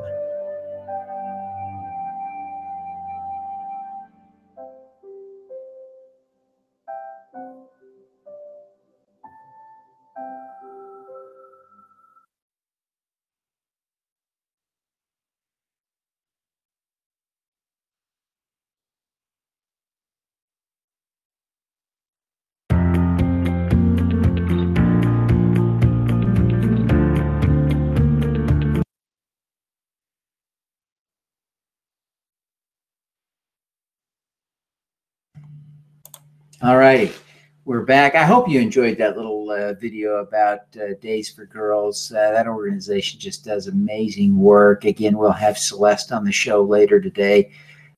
She really is an inspiration, just a really phenomenal human being, and I'm honored to know her and grateful to have her come back on the show. Earlier today, I already showed the video that she has done. Well, right now, let me just give you a quick tally of where we are. So we're about 90 minutes into 24 hours. We have about 22 and a half hours to go. We'll be doing this show in 3 segments, although it will be virtually continuous. The constraints of a Google Hangout are such that it will only we can only stream 8 hours at a time. I guess the folks at Google can't contemplate on someone being as crazy as I am. So there are 3 different video players. And if you visit the Forbes article, and you can do that at bit.ly/GT stream, you'll see that there are 3 video players in the article. You just play the first one for the first 8 hours, the second one for the second 8 hours, beginning at 8 a.m. Pacific, and then you play the third one starting at 4 p.m. Pacific time to watch the whole show. So I hope some of you will stay with me the whole 24 hours. I'd like to think someone out there is going to survive this whole episode with me. I suspect most people will just tune in for a few minutes at a time, and that's great. I'm happy to have you for however long you might choose to participate in the Streamathon. But I'm looking forward to a really wonderful experience with you as we go throughout the day. We've got a little while before our next interview, and so I'm going to play an interview from Classy. Classy.org is one of the various nonprofit-oriented crowdfunding sites that many of the nonprofits are using today to do their fundraising. So I'll share that with you so you can see what some of what their work is. But they gave out at an annual event last summer where they gave out some awards, and we had all 10 of the award winners on the show to talk about the work that they're all doing. And it's really kind of an inspiring piece. So I'm going to put that on here. This is our longest break in the action today. And I think before I do that, I'll run a couple of promo pieces, and then I'll segue into the interview with the Classy award winners, and then I'll be back. So that's going to take about an hour. I'll be here. You can tweet at me while I'm playing that. I look forward to hearing from you and engaging with you today. So thanks for being here, and hang in there. I think you'll find this discussion with the Classy winners inspiring and informative. So I'm going to change the microphone out, and then while I do that, I'll have to be quiet, and I'll swap the video so you can see the video. Thanks.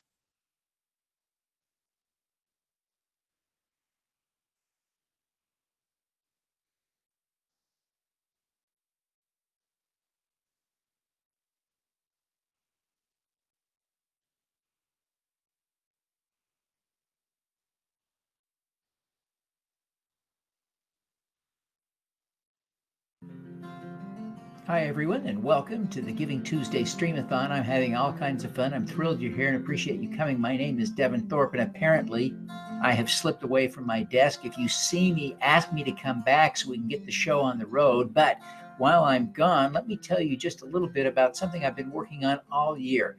I've recently launched GoodCrowd.school, a collection of online courses that provide training on things from social media for nonprofits to impact investing and crowdfunding for nonprofits. I hope you'll check it out.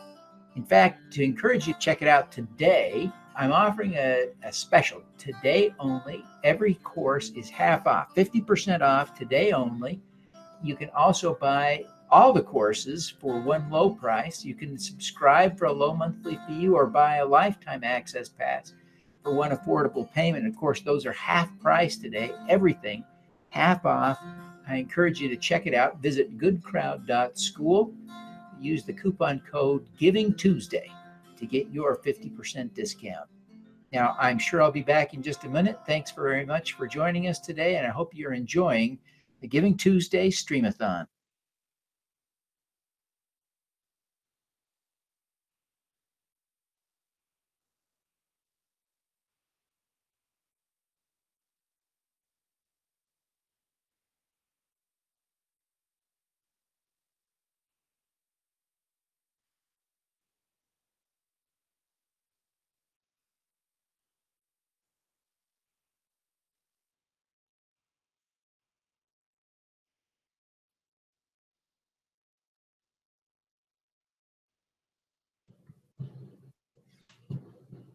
Welcome to the Your Mark on the World show. Today we have an incredible group of super social innovators that have been recognized by classy.org, and we are just thrilled to have an impressive group of people who are absolutely changing the world and saving lives. You won't want to miss this discussion.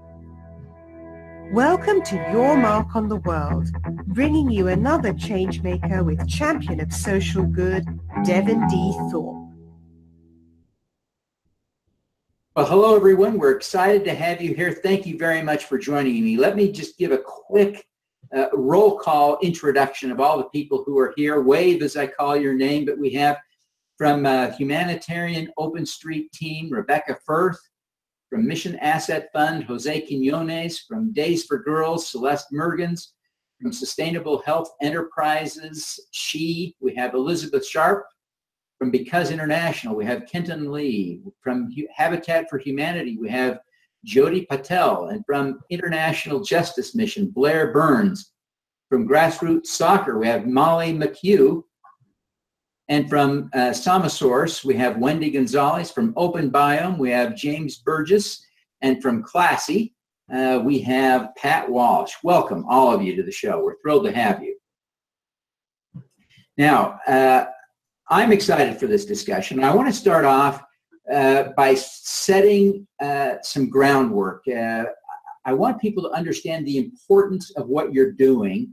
And so I'm going to ask you all to explain what it is that would happen if you weren't doing what you're doing to solve a problem. So let's start with Rebecca. Rebecca, at Humanitarian Open Street Team, what would happen in the world if you weren't doing what you're doing?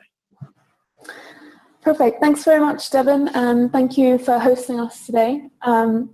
So at Humanitarian OpenStreetMap, we create maps of places in the world that are vulnerable to disasters, disease outbreaks, things like that. So if we weren't creating these maps, then governments, humanitarian actors who are working in these places to address these problems wouldn't have the data that they need to do that. That data could be understanding logistics, understanding the population of an area, for example. So essentially, without the work that we do, these organizations just don't have what they need to be able to address the needs of a population. Particularly, for example, infectious diseases are something we work a lot with, mapping to find the sources of cholera outbreaks, Ebola outbreaks, and other infectious diseases. Fantastic. Have you ever done any work with polio folks? Yeah, there's several mapping projects which relate to polio. infectious diseases are really a huge amount of the work that we do, because obviously normally when someone comes in, for example, to a health centre with an infectious disease, if you can't find where they live and you can't test their family, their neighbours, increase your programs in that area, whether that be distributing drugs all the way through to education programs to use malaria bed nets, then it's incredibly difficult to stop that disease from spreading. So, yeah. Yeah, fantastic. Jose, what would happen if you weren't doing what you're doing? Well, thank you again for hosting us and having this discussion. We work with low-income immigrant families to try to develop their financial security. And our signature program is called Lending Circles. It's based on a very traditional, age-old practice of people coming together and lending and saving money with one another. What we have done is basically found a way to formalize this activity that's already happening, in our communities, but formalize it in such a way that the credit bureaus and the formal financial systems can actually recognize it. So through this activity, we're helping people build and improve their credit scores and thereby their financial security overall.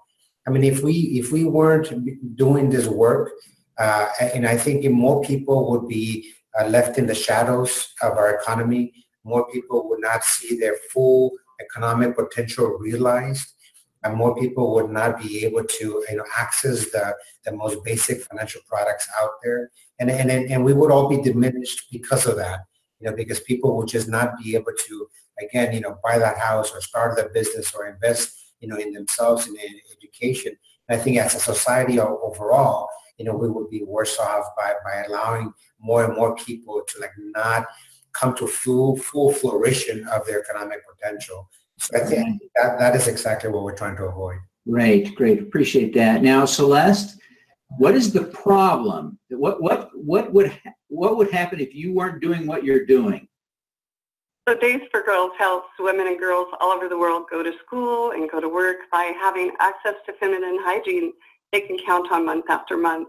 We're unique in that we do that in answer to whatever the solution is that works for them. And part of what we do is washable or cups or whatever works for them. And importantly, to couple that with education for women's health. Right, but Celeste, what happened?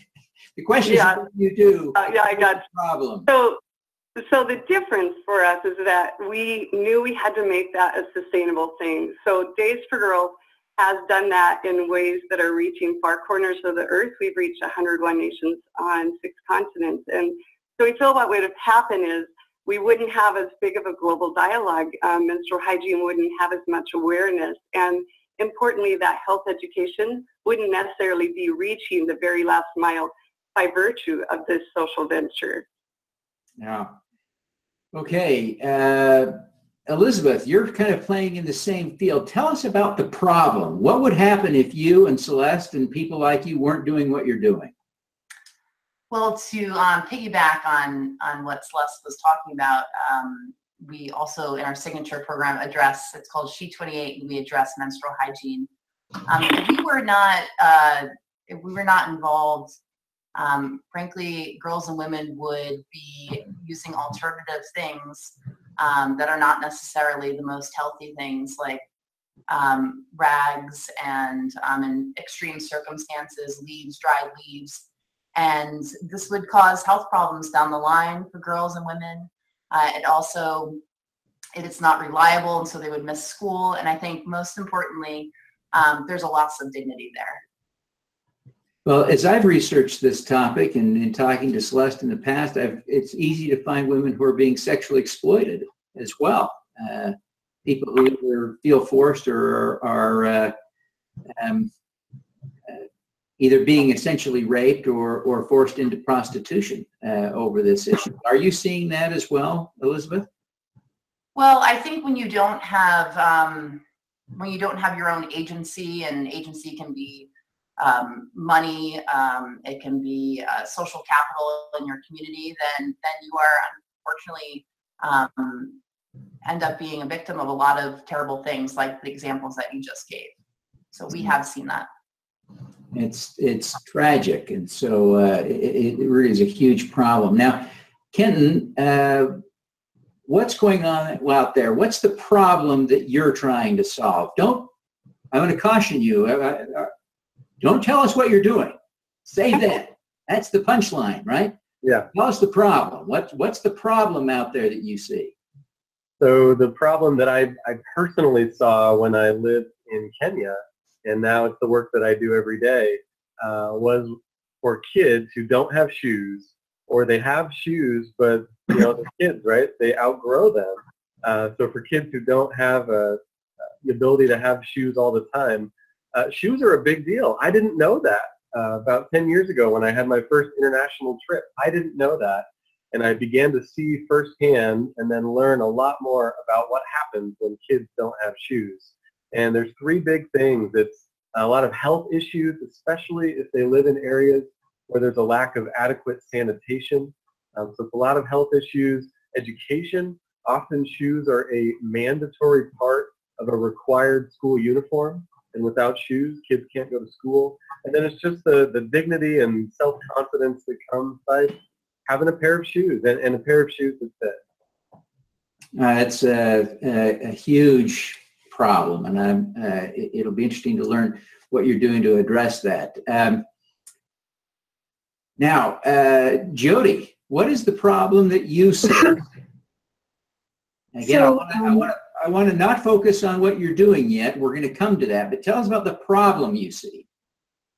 Yes, about 1 in 5 people, or 1.6 billion people across the globe lack adequate housing, and affordable mortgage is, most of the low-income families are excluded from the formal mortgage markets, and many institutions simply do not serve these low-income families that need support towards housing and affordable housing at that. And this is where Habitat for Humanity has tried and worked and tried to fill the gap. I won't talk about the fund. Yeah. So is there a financing problem as well? Is that part of the mix for reasons that people don't have housing? Indeed, because when you look at people across the globe, they live in makeshift shelters, and although they have very informal source of income and are able to have adequate shelter, they simply just don't have the kind of credit one sees in the formal markets to be able to go to a financial institution and ask for support in terms of finance. And most people also build incrementally. They build as and when their cash flows allow them. So that makes it very critical for organizations like Habitat for Humanity to step in and fill that gap. Wow. Well, thank you, Jody. Blair, what is the problem you see at International Justice Mission? So at IJM, we won the Class C award for our work to fight cybersex trafficking of children in the Philippines, which we do in partnership with the government of the Philippines, Western law enforcement governments, and NGOs. And what that is a new and growing form of slavery that involves a person, usually in the West, logging in onto a computer and then live directing the abuse of a child in the Philippines, a poor child who's taken off the street and abused for a small amount of money. Just tragic. It's beyond heinous to imagine the depravity of people who are involved in either end of that tragic situation. I'm glad you're there to address it, and we're look forward to learning more about what you're doing. Molly, tell us about the problem that you see from grassroots soccer. Again, let's focus on the problem that you see. Sure. Thank you, Devin, for this opportunity. So currently, we have the largest generation of adolescents and young people in human history, 1.8 billion young people on the planet. Yet these adolescents are being left behind when it comes to health, especially in developing countries. For example, in the last decade, HIV-related deaths have decreased for every age group except adolescents. So the problem that we see is a gap between what adolescents need to take control of their health and access health services and stay on health services, and them getting it and having a safe space to do all of those things. So at Grassroots Soccer, we are trying to close the adolescent health gap in developing countries. Why does the gap exist? Is it because the health services aren't available for them, or they're not taking advantage of it? It's a great question. It's actually a combination of both. There's been a lot of global emphasis on child mortality, which has been a huge win for global health. I mean, it's a great success story. Still a lot of work to go. But adolescents are a group where services aren't necessarily tailored to their needs. It's such a tricky time in their development. And there are a lot of tricky issues, especially around sexual and reproductive health, that they may not feel comfortable going to a traditional health system. So we're trying to bridge that gap. I can't imagine why a teenager wouldn't want to talk to his parents about sex. Right? It turns out I wasn't the only one. So, Wendy, what is the problem you see from the vantage point of Somasource? The problem that we see from the vantage point of Somasource is really poverty. We believe that poverty is ultimately at the root of all social ills, whether it be medicine, trafficking, education, and the ability to, ultimately further contribute into society. So we're really trying to solve poverty. That's what our organization's about. Oh, that's fantastic, Wendy. I'm glad you're there. And global poverty is, in so many measurable ways, declining, but there are still, 700 million people living in extreme poverty, and billions more living in less extreme forms of poverty, right? That's exactly right. And we are really trying to target those 700 million, really those that are truly sort of at the bottom of the economic pyramid, who have the biggest barrier towards getting employment. Yeah. There's been an ongoing debate for years about whether the people in that group need, what they need to get out of poverty. But some have argued that it's really pretty simple, that they need a job. So I look forward to learning more about what you're doing. James, there is no doubt in my mind that what you're doing is the most shocking thing of what people are doing. But tell us a little bit about the problem that you address, because I'm sure most people in the audience do not know this is a big problem. Yeah, absolutely. So OpenBiome is really focused on two problems. The sort of most immediate and direct problem that we're focused on is a bacterial infection called Clostridium Difficile, or C. diff. Not everyone's heard of C. diff, but it's actually the most common hospital-acquired infection in the U.S. and is considered one of the CDC's 3 most urgent health threat priorities in the country. So it's actually a really significant problem. It affects about 500,000 patients every year in this country, and also has pretty significant effects overseas as well. C. diff is a tricky infection. It causes really severe diarrhea and can lead to complications that can require surgery or can even cause death. And in many cases, it doesn't respond to our standard of care antibiotic treatment. Now, what's really, really fortunate and exciting is actually there's another type of therapy that does treat C. diff really effectively. It's called a fecal transplant. Well, wait, hold that thought. We'll come back to what you're doing. Let's focus on the problem for a minute. My father nearly died from a C. diff infection last year on the 4th of July. This is a problem. Thousands of people die. How many people die every year from this, do you think? In the U.S., it's about 30,000 people die every year, and so we can expect at least double that, worldwide. So a lot of people die, but a much larger patient population is severely suffering. We actually launched the organization because a close friend of ours had C. diff and was unable to go on the subway because he wasn't sure if he'd be able to make it to a bathroom in time. These patients usually have to go to the bathroom 30 or 40 times a day. So it's a really debilitating, frankly embarrassing and terrible disease for people to have. What's exciting is this treatment called a fecal transplant works really well, but it's very hard to get. It's still the problem. I'm still in the problem here. Until we launched, in the old days at least, it was very hard to have a fecal transplant done. There's a lot of administrative and legal risk associated with it. Hospitals were not very excited about bringing this procedure in because of obviously all the sort of taboo and concern about bringing stool into a healthcare environment. And so that's sort of the really immediate problem that we're focused on is bridging that gap. The broader problem, though, or really opportunity is this really exciting new field of medicine that we're just starting to tiptoe into, called the microbiome, which is the collection of bacteria that live in your body and on your body. Almost 1 trillion bacteria that live in your body. And we're just starting to learn about how important the microbiome is for human health across a huge range of health conditions, including autoimmune disorders and metabolic disease and infectious disease.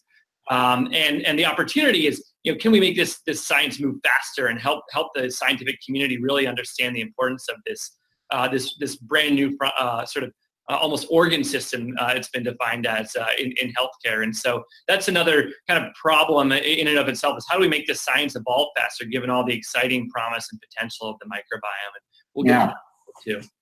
Fantastic. Now, Pat, you've assembled this incredible group of people and organizations who have identified these huge problems. How did you pick winners? What does the award recognize? Let's focus on what does the award that they've all won recognize? Sure. The Classy Awards recognize some of the most innovative nonprofits and social enterprises from around the world. Our mission at Classy has always been to mobilize and empower the world for good.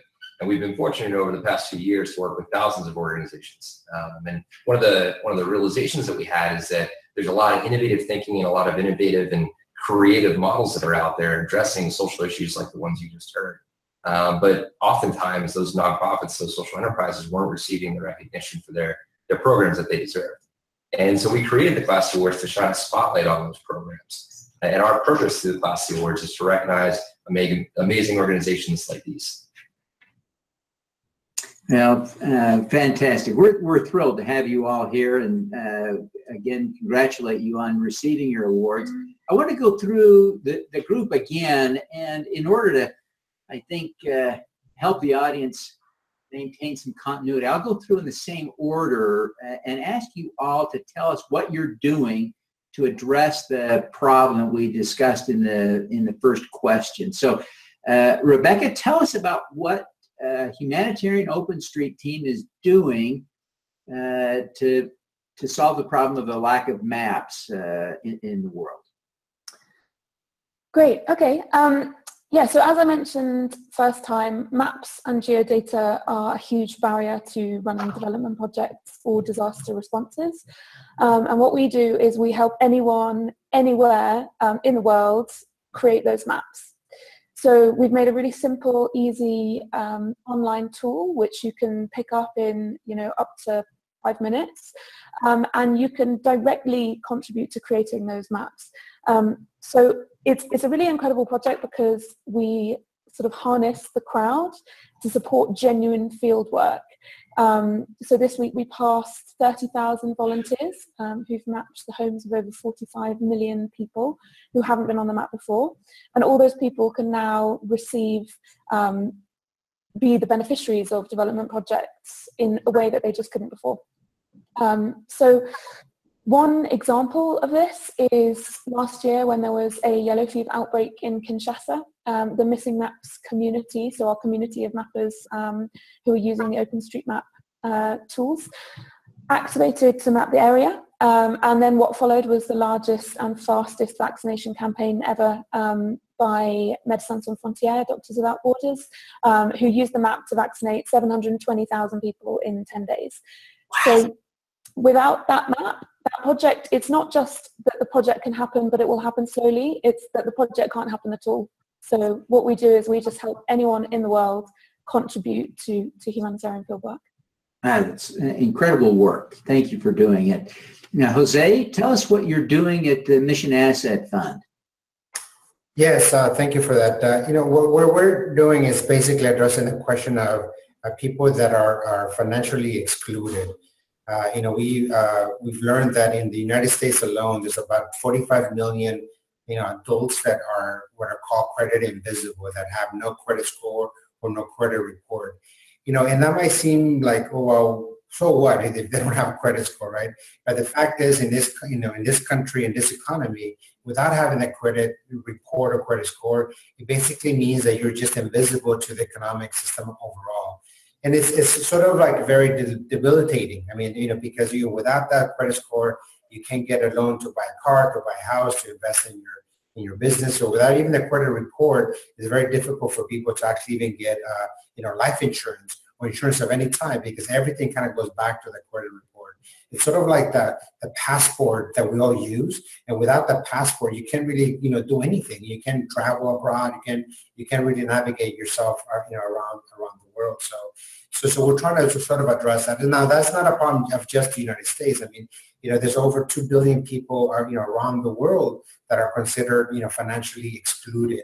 People that don't have checking accounts, savings accounts, people that are just really outside of the financial mainstream on the worldwide level. What we're trying to do is to say, well, yes, we want to bring them in, right? Because that's going to not only strengthen them as individuals, as a family, as a community, to sort of develop their financial wherewithal, but it also will improve the economic systems overall. But it's not just about like, oh, here's a checking account, here's a saving account, and then that's that, right? Or here's a mobile phone and we're done with that. No, I mean, the fact is that there's a lot of great things that people are doing outside of the system. And so we're trying to recognize that as well, to say that they're not just helpless individuals, out there in the hinterlands, doing nothing. They actually are doing something. And so we're trying to recognize the good things that are happening in the community, and then using that as a starting point to get them into the system. And so when we develop lending circles, we sort of recognize this age-old practice of people coming together to lend and borrow money with each other. In Mexico, the portandas, condinas, all throughout the Caribbean, the susus. I mean, this is a common practice all over the world.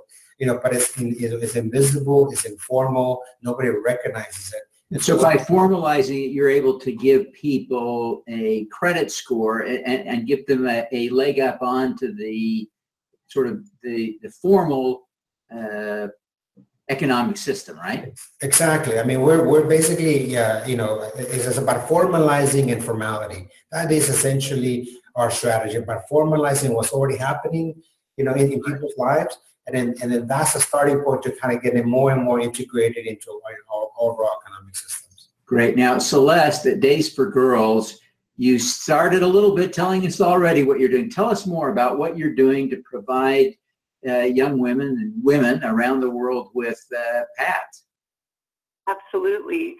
So the real obstacle for these women is being able to take advantage of every day of their lives, and also that understanding of their health, right? We combine those things so that she helping break the stigma and the shame by empowering local ambassadors of women's health and ambassadors all over the world, more than 60,000 of them, to teach the people in their community that there is no shame. Without periods, there would be no people.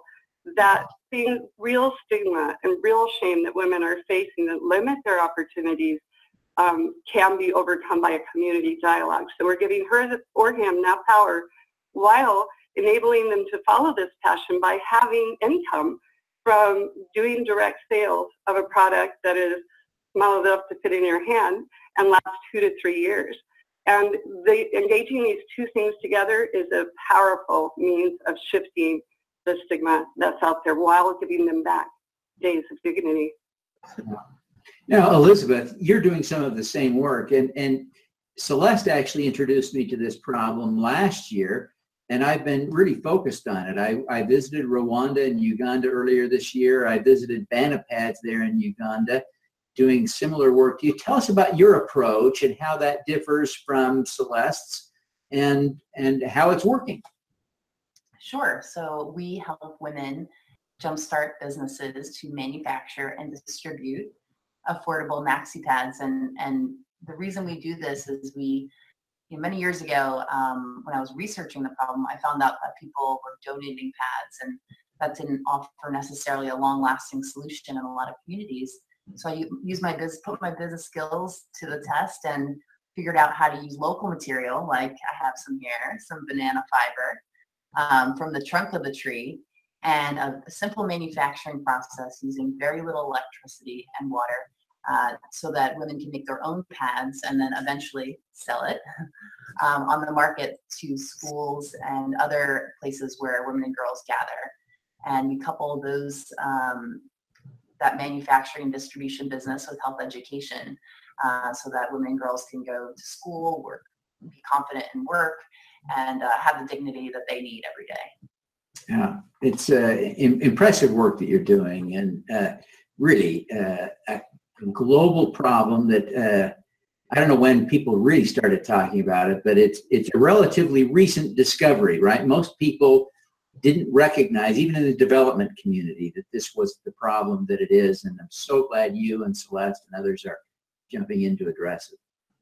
Well, that's actually a great point. The reason why I jumped into this in the first place is because it fell through the cracks of traditional development. It wasn't at the top of the list for health. The health people at big foundations wasn't at the top of the list for education folks. And I'm curious with my colleagues on the call as well, if that's part of the reason why they are doing what they're doing. Was this overlooked by a lot of different big actors? And is that why you jumped in and decided to do something about it? Sure seems to be the case with James at Open Biome. I suspect it probably is true to a greater or lesser extent with everybody. Now, Kenton, tell us about your shoes. Now, there's a viral video out there that I keep seeing because I love this space, and I keep seeing your famous shoes out there. You're going to have an entourage soon if this video gets any more popular. But tell us what you're doing. Yeah, so this came from an idea I had when I lived at an orphanage about 10 years ago. There were a lot of kids who had donated shoes, which are great. A lot of groups work to help kids get shoes, but they'd outgrown them and they didn't have any other options. There were no more donations, and the orphanage was very poor and couldn't afford new shoes every time the kids' feet grow, which kids' feet are growing a lot. And so I just had an idea. What if there was a shoe that could grow? And so we created a very simple name, The Shoe That Grows. It's a shoe that grows 5 sizes, can last up to 5 years, and really just saw it as an innovation, like just a little better way to do it. It doesn't solve every problem for the kids. The reason they can't have shoes in the first place is because of the challenges of extreme poverty, but for that specific problem, for kids without shoes, this has been an incredible shoe that, as their feet grow, it grows right along with their feet. So, and for us, like legitimately, I did not expect to ever win a Classy Award or even be in this space. I just had the idea. I live in Idaho. I'm really just a simple guy. It took me 6 years to kind of work on it. And then, like you said, 2 years ago, we went viral. And so we're really proud. In the last 2 years, we've gotten over 100,000 pairs of shoes to kids in 89 countries. And now we're starting to manufacture them in some of the places where they're being used the most. So our hope is to not only get these great shoes to kids who need them, but also to bring jobs through the manufacturing, warehousing, and distribution of the shoes as well. So your model generally is to have organizations buy the shoes and distribute them, so the children generally are getting the shoes for free. Is that right? Right now, we are in kind of a donation model. So we have worked with over 1,000 different churches, organizations, Rotary clubs, schools. People who travel and work with kids are taking the shoes with them for the most part and hand delivering those to the kids they work with. But as we continue to grow, our team is really only just a couple years old. As we continue to grow, as we continue to produce the shoes locally, we're excited to look into retail opportunities for the shoes, more kind of localized, regionalized distribution. We just really feel strongly about getting a pair of shoes to every kid who needs it. And in many cases, families can take care of their own kids and get them shoes, but for those kids who truly cannot afford shoes, especially as their feet grow, we just don't want to accept that as reality. We want to get a pair of shoes to every kid who needs it. That's great. Now, Jody, let's talk a little bit about what's going on at Habitat. What are you doing to address these problems, especially the financing problem for people in getting into, legitimate housing? Yes, thanks, Devin. So when you look at the movement of microfinance, that allowed people to borrow small loans because they did not have access to formal banking system. People took loans and they used it towards working capital to create products and services and goods working out of their homes. What has happened is that when people have a leaking roof or a need to install a water tank in their homes, they often have to borrow money towards that purpose, but that's not really allowing them to use money towards productive uses. It's creating an asset within your home. What the studies had found is that people often used these short-term borrowing and used it towards long-term purposes, creating a severe cash flow mismatch at household levels. So in order to demonstrate the scale opportunity and the financial viability of housing microfinance as a product, what Habitat for Humanity did was to launch the Microbuild Fund. It is a $100 million fund, a closed-end fund for 10-year period that has an evidence of strong support and partnership from Overseas Private Investment Corporation, which is the U.S. Agency, and it is a part of the U.S. government. And other actors such as MetLife Foundation and Omidyar Network, those foundations have vested interest in making sure that people have access towards property rights and proper titles. So what Microbuild Fund does is provide longer term, larger size capital to institutions, which in turn on lends to borrowing clients. What also Habitat does is provide almost $10 million of technical assistance support, which means building the capacity of institutions so that they can create these kind of housing microfinance products.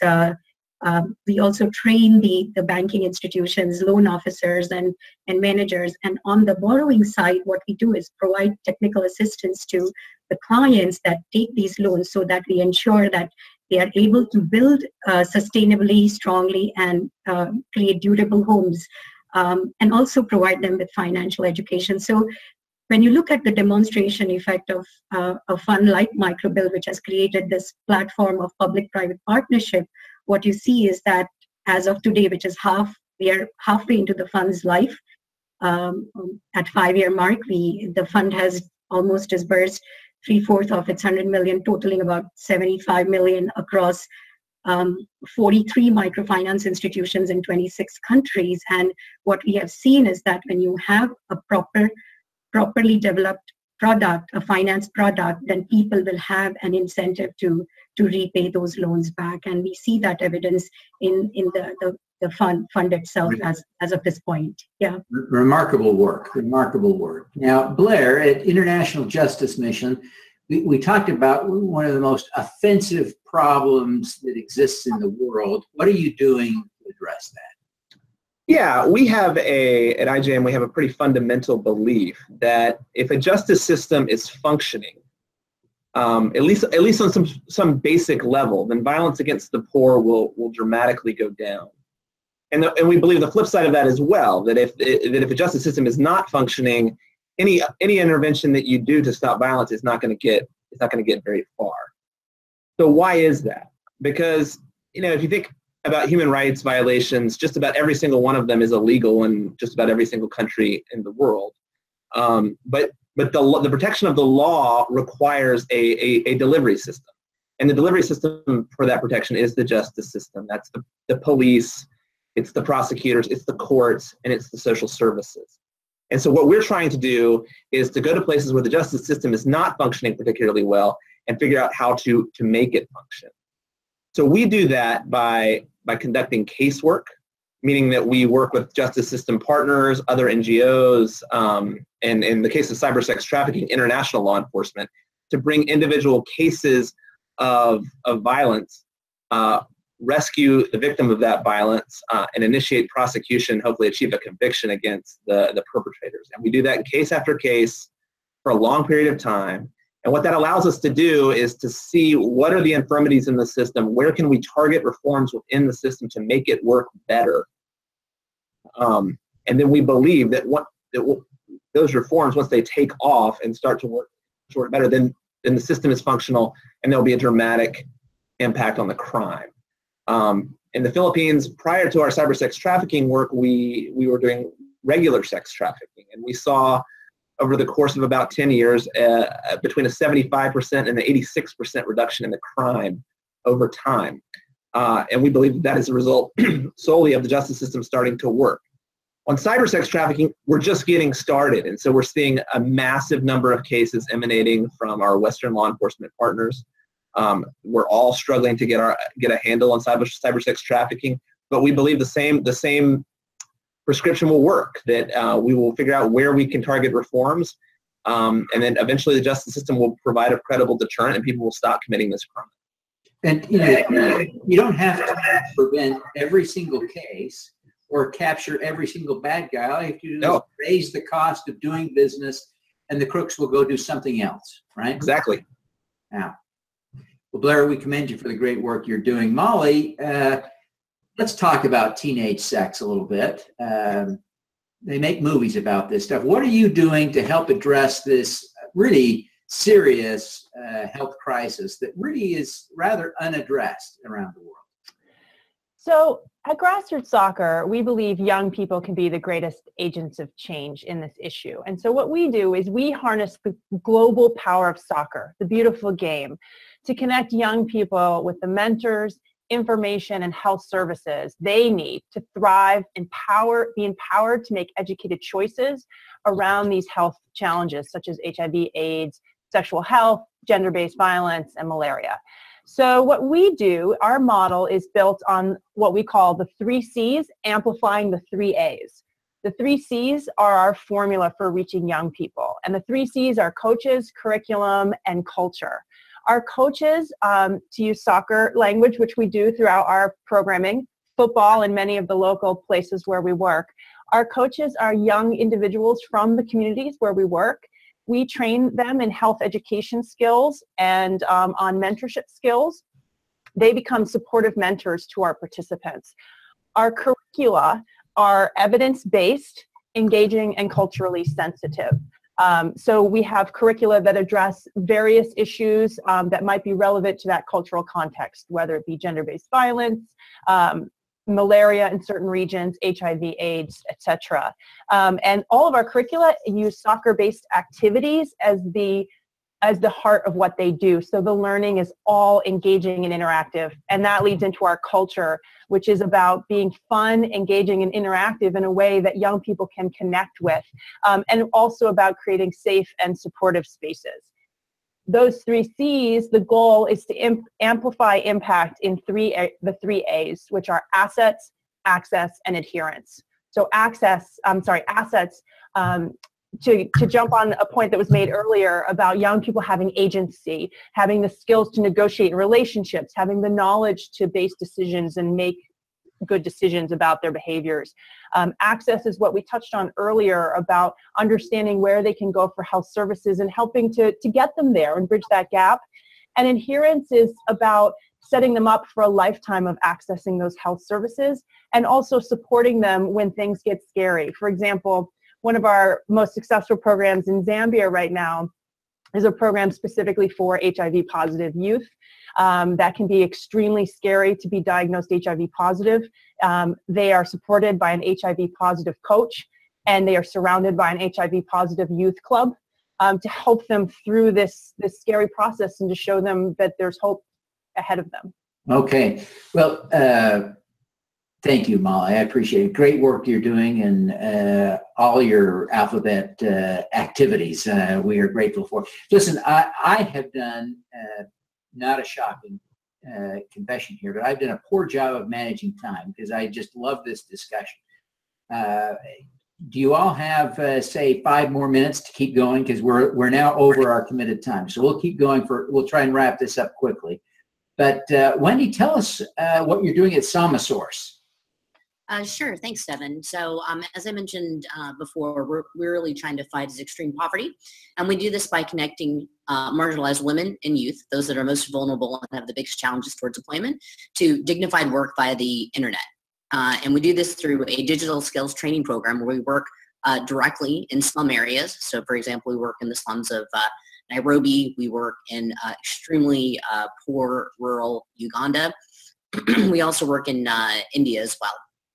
And after we provide these young people and women digital skills training, we then support them in terms of direct employment opportunities. So we either place them or work with local corporations to place them into full-time work, or we hire them directly. And the kind of work that we do is trainable work. So our goal is to really be the bridge employer, because we believe once somebody's able to get a job, they are able to stay employed and ultimately permanently move out of the poverty cycle.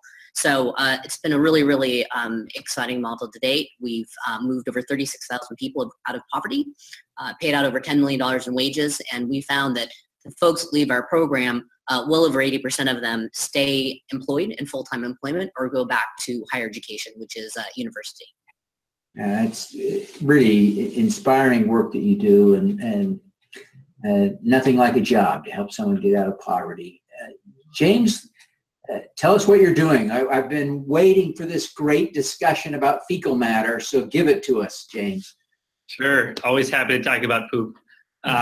So what OpenBiome does is we run a stool bank. So think of a blood bank, think of the Red Cross.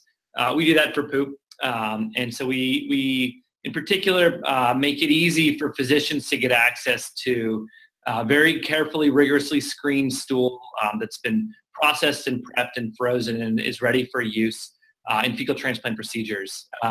What is a fecal transplant, and why on earth would anyone want one? Yeah, great question. So a fecal transplant is where we're taking stool, and really what we're after actually is the bacteria that are inside of the stool from a healthy donor, and we actually transfuse it into the colon of a patient. So it can be administered in a variety of different ways. It's most commonly done through a colonoscopy, although more recently we've been rolling out an oral capsule formulation, so it's literally a poop pill that you can take. And what this is doing is delivering the healthy microbiome from a donor into the patient, and it's particularly exciting for C. difficile patients. It turns out about 90% of C. diff patients are cured by a fecal transplant procedure, which is a relatively low-cost, safe procedure, whereas many of these patients don't respond to our most powerful antibiotics. So it's a very exciting therapy for this patient population. And we also use a lot in research. And so more and more OpenBiome is partnering with leading academic hospitals and research institutions to understand how the microbiome causes disease sort of beyond C. difficile. So looking at autoimmune disorders, diabetes, obesity, even neuropsychiatric conditions have microbiome links. And we work with scientists to do clinical trials where we're actually giving patients fecal transplants for these other diseases to see if we can actually, induce a clinical response and possibly lead to the development of new cures. So today, OpenBiome provides about 1,000 fecal transplants a month to hospitals all across the U.S. and actually in Western Europe, and I think we're getting ready to do our first partnership with someone in South America. So we have a pretty large footprint and are really focused on making this treatment as widely available as possible. That's great. Well, I can't imagine anything more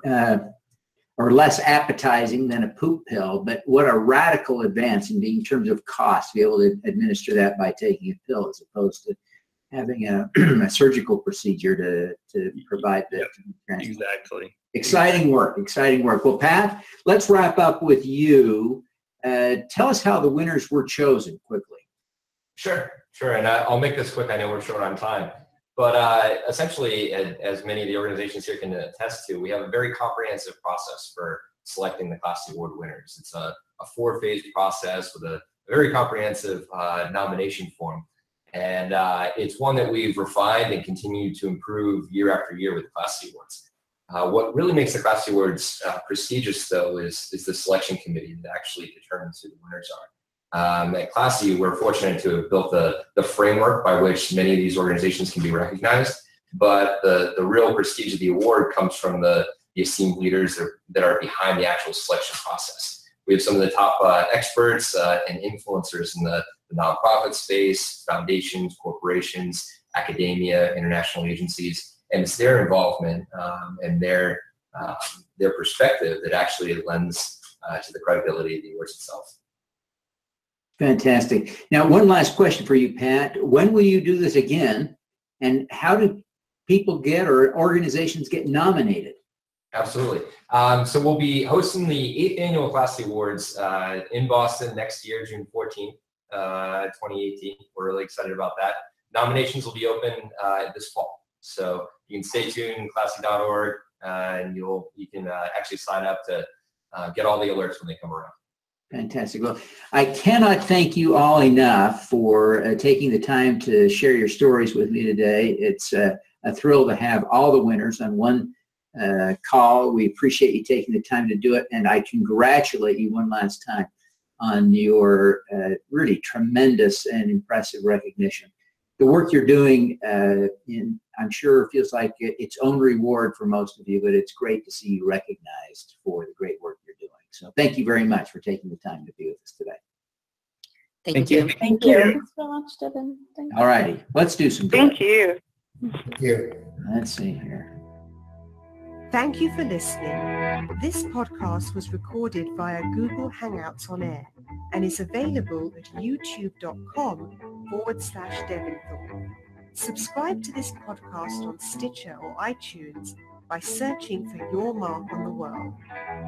Every weekday, Devin hosts a CEO, celebrity, entrepreneur, or other change maker here on the Your Mark on the World show to inspire and prepare you to make your mark.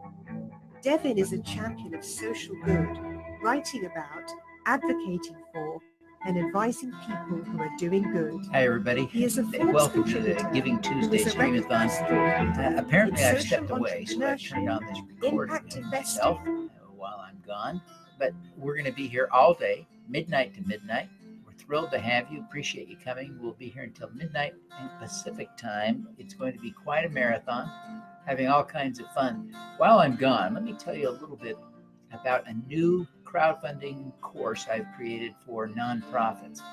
Nonprofits are seeing measurable declines in the effectiveness of direct mail and even email campaigns. And my course on crowdfunding can help offset that. I can teach you how you can raise more money for your nonprofit.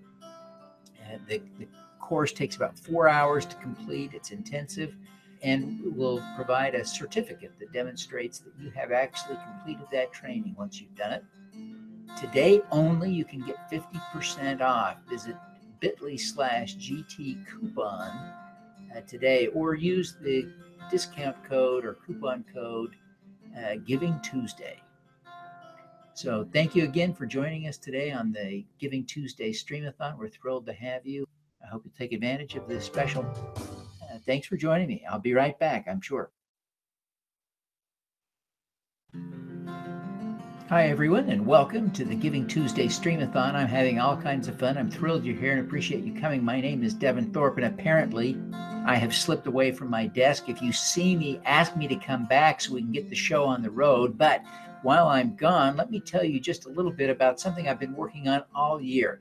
I've recently launched GoodCrowd.school, a collection of online courses that provide training on things from social media for nonprofits to impact investing and crowdfunding for nonprofits. I hope you'll check it out.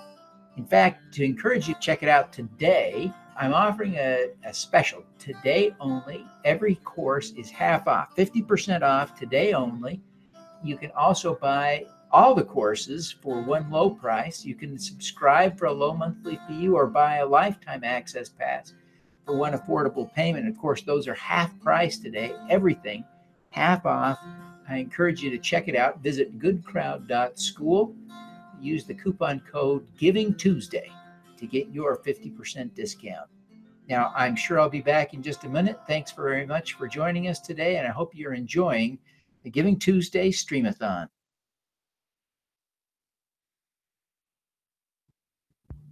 Hi, everybody. This is Devin. I have slipped away, probably to raid the icebox to get a snack or something, but thank you for joining me for the Giving Tuesday Streamathon. We're having all kinds of fun. We're here midnight to midnight on Tuesday, November 28th, Pacific time. This is crazy. This is fun. We're absolutely having a ball. Thanks for being here. While I'm gone, let me tell you a little bit about a free webinar that I've done, and you can take advantage of this. Visit crowdfundingforsocialgood.org and you can see the 3 myths and 2 keys for nonprofit crowdfunding. You know, what I see is there are a lot of misconceptions about how nonprofit crowdfunding like GivingTuesday works, and I blow apart the myths and explain the keys for successful crowdfunding in this online webinar, absolutely free, at crowdfundingforsocialgood.org. Check it out.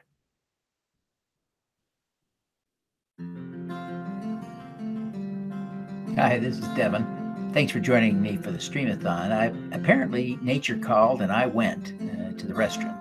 So while I'm gone, I want to just take a moment and tell you a little bit about what we're doing on the Streamathon today. We'll be here midnight to midnight in Pacific time, all day, 24 hours live. I'm all alone.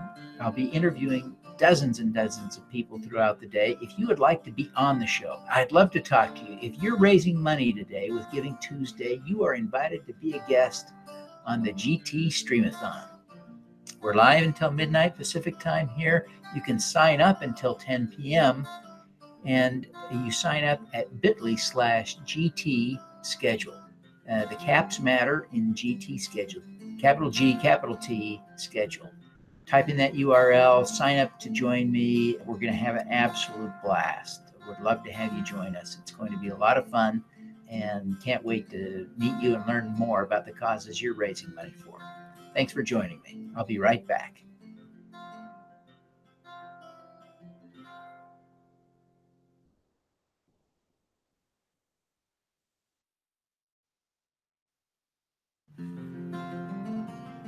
Hi, everybody.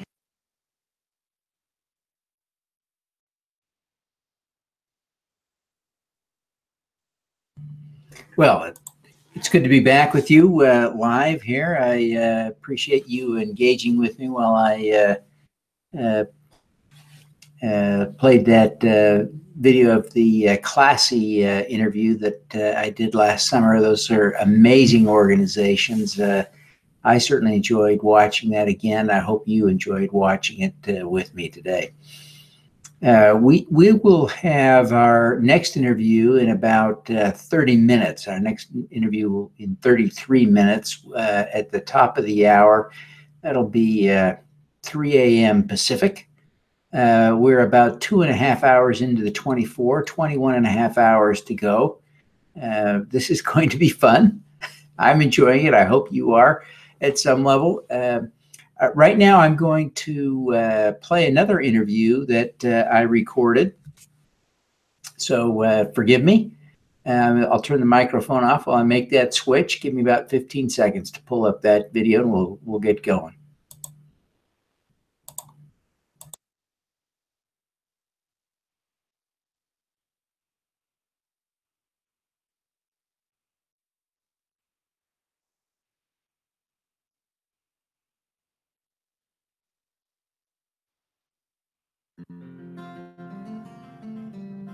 Hi, this is Devin.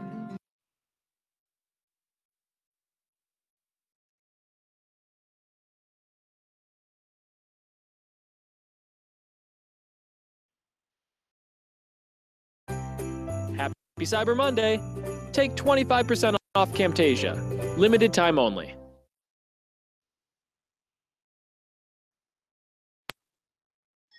Hello, everyone. This is Devin Thorpe, your host for Crowdfund Beat today. I'm excited to have with us again Leslie Mansford, the CEO of Razoo. And Leslie, you've got some big news. I'm not going to spoil it. You tell us, what is your big news today? Well, our big announcement today is that we are going to be working with GivingTuesday, and on December 3rd, we'll be hosting on Razoo a nationwide giving competition. So we'll be hosting our own Giving Day on Razoo in celebration of GivingTuesday. And also the exciting news is the Razoo Foundation has offered to provide over $100,000 worth of prizing for that one day. So we're pretty excited. Yeah, we're excited to take something that we do, you know, really well, which are giving days, and bring them to everyone on this National Day of Giving.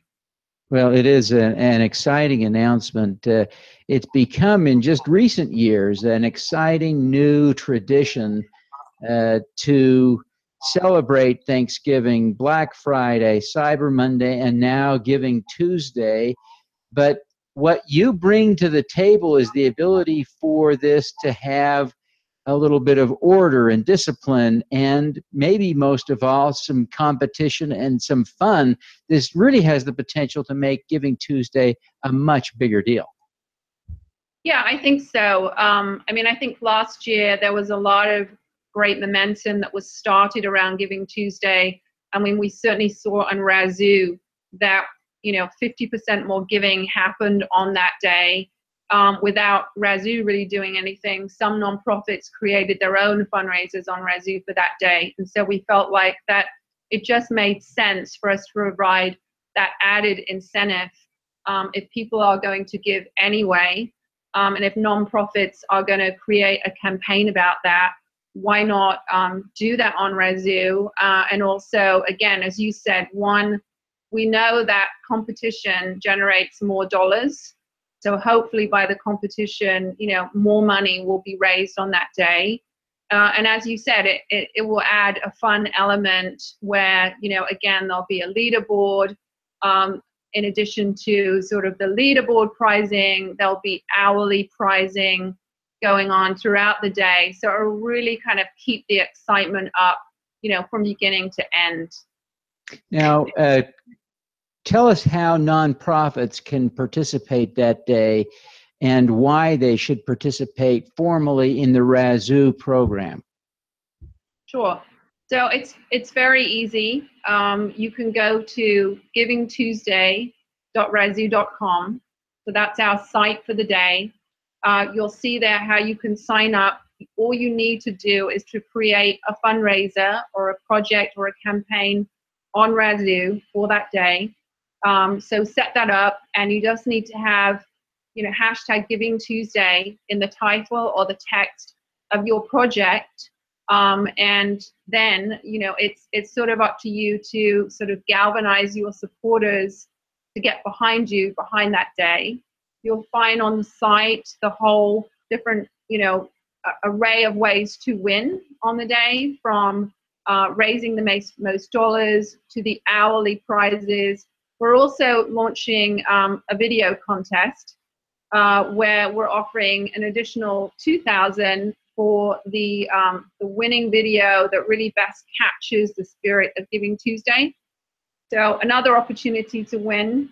Another way to win is also to encourage your supporters, so individual fundraisers, to create a fundraiser for the day as well. So there's about 5 different ways there that nonprofits can participate. The final way is that we're, again, to make this very interesting, not just for the nonprofits and fundraisers, but for donors too. We're offering random donor prizes throughout the day, which will be obviously money that will go to the nonprofit that has brought them to Giving Tuesday.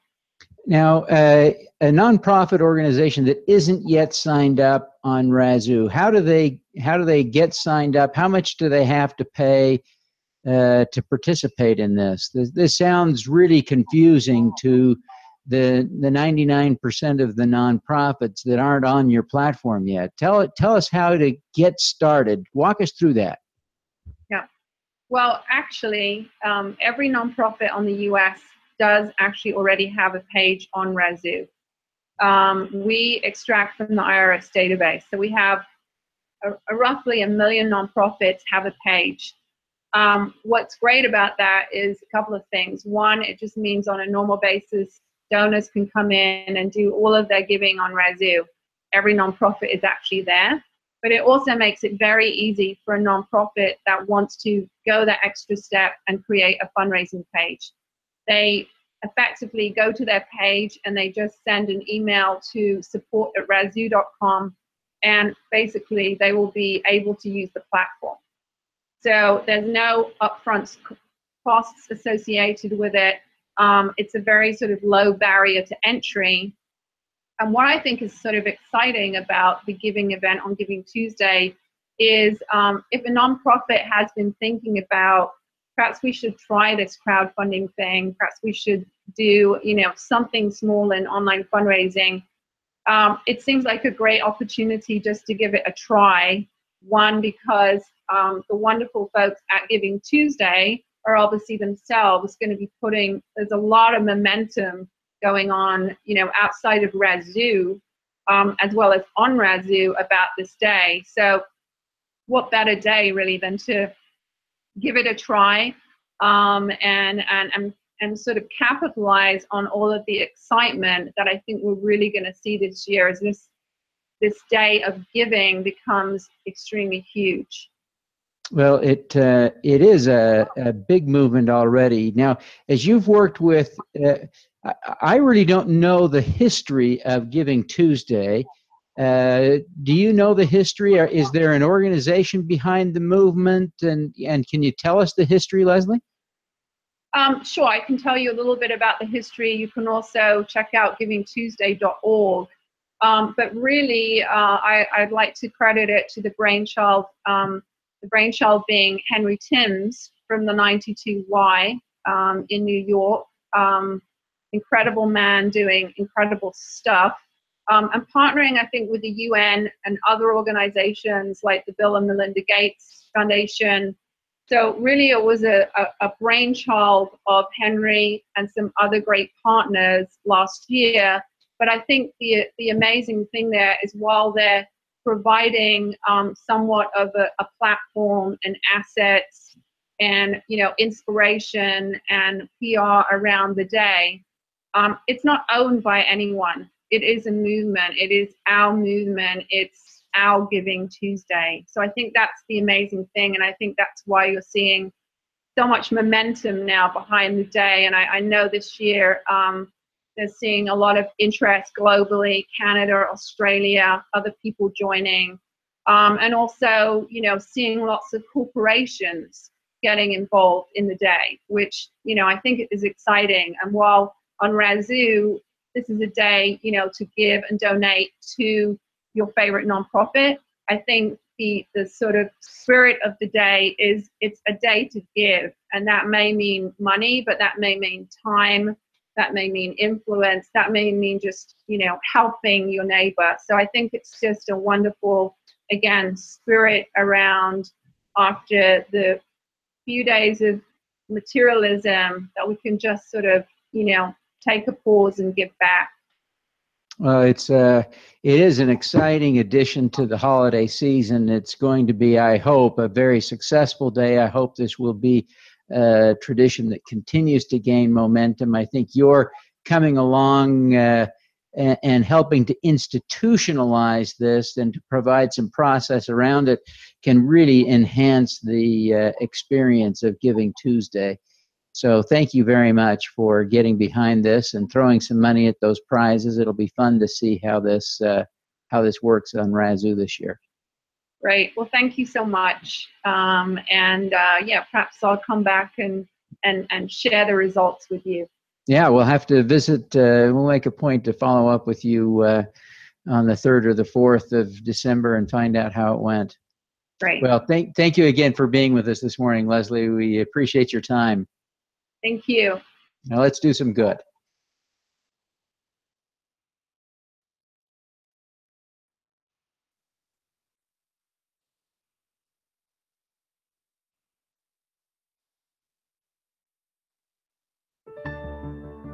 There's nothing more frustrating than a sick person comes to you. You know you could help them if you had the right medicine, if you had more trained personnel, if you had the right equipment, but you just don't have it.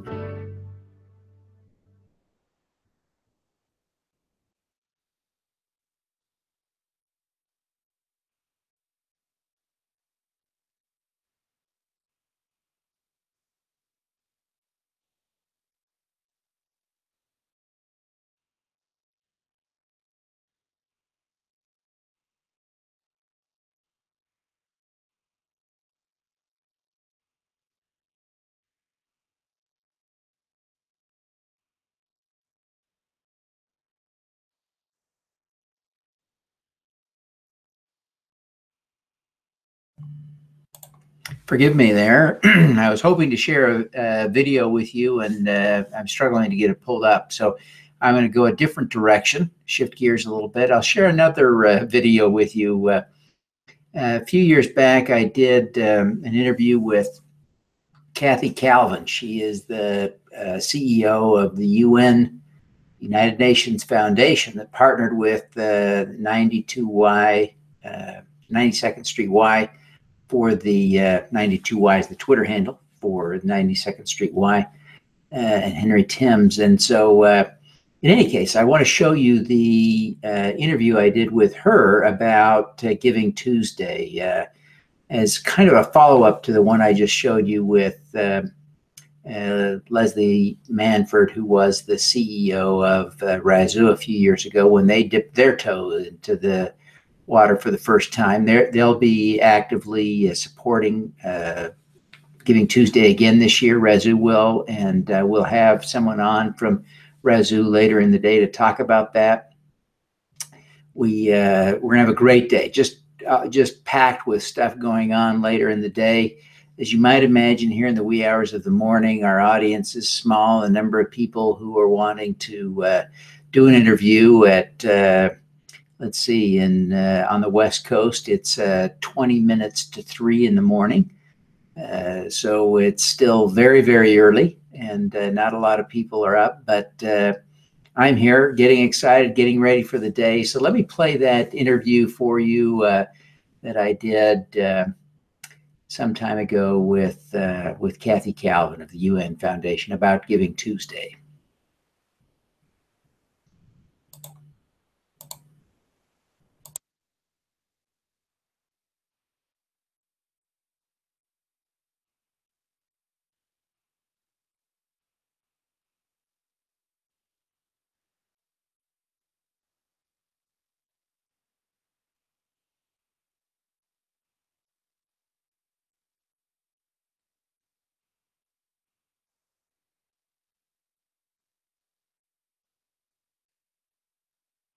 Let's suppose that you're writing a really important email to a colleague. Hello, everyone, and welcome to the Your Mark on the World show. I'm your host, Devin Thorpe, and we're producing this episode for Forbes, where I'm a contributor covering social entrepreneurship and impact investing. And we are excited to have a very special guest with us today. Our guest is Kathy Calvin, the president and CEO of the UN Foundation. Kathy, thank you very much for joining us. Thank you, Devin. Great to be here.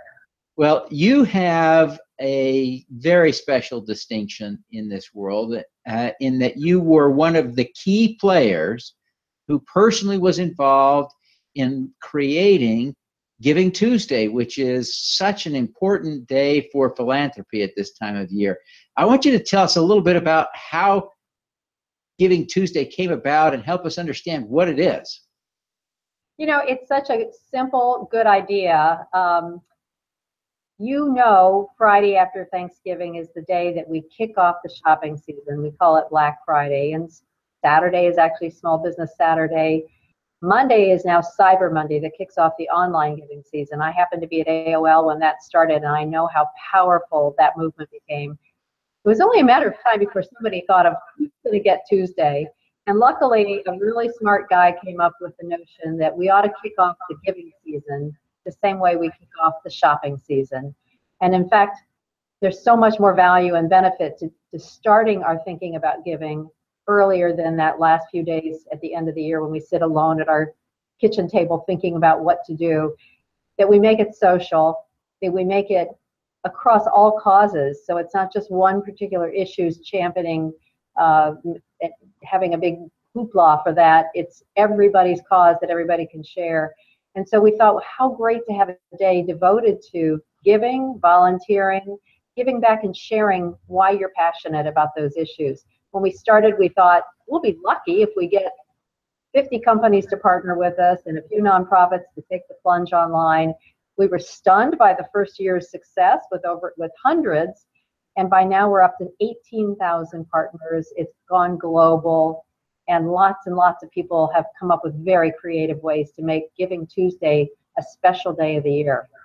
Yeah, I'm sure there are a lot of people who are participating without having in any way alerted you. So I suspect the number of people who are participating, a number of organizations, is far beyond even what you record, because there are so many people who are excited about it. It's nearly a universal phenomenon now, at least in the U.S., and it's exciting to see because it is such an important thing. Tell us a little bit about why the UN Foundation feels like it should be playing a role in Giving Tuesday.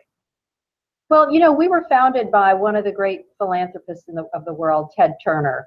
And Ted's philosophy has always been, you don't need to be a billionaire to make a difference in the world. You can make your mark, as you say all the time, by doing simple things. You can pick up trash on the street. You can help a youngster in your neighborhood. You can help the old lady down the block.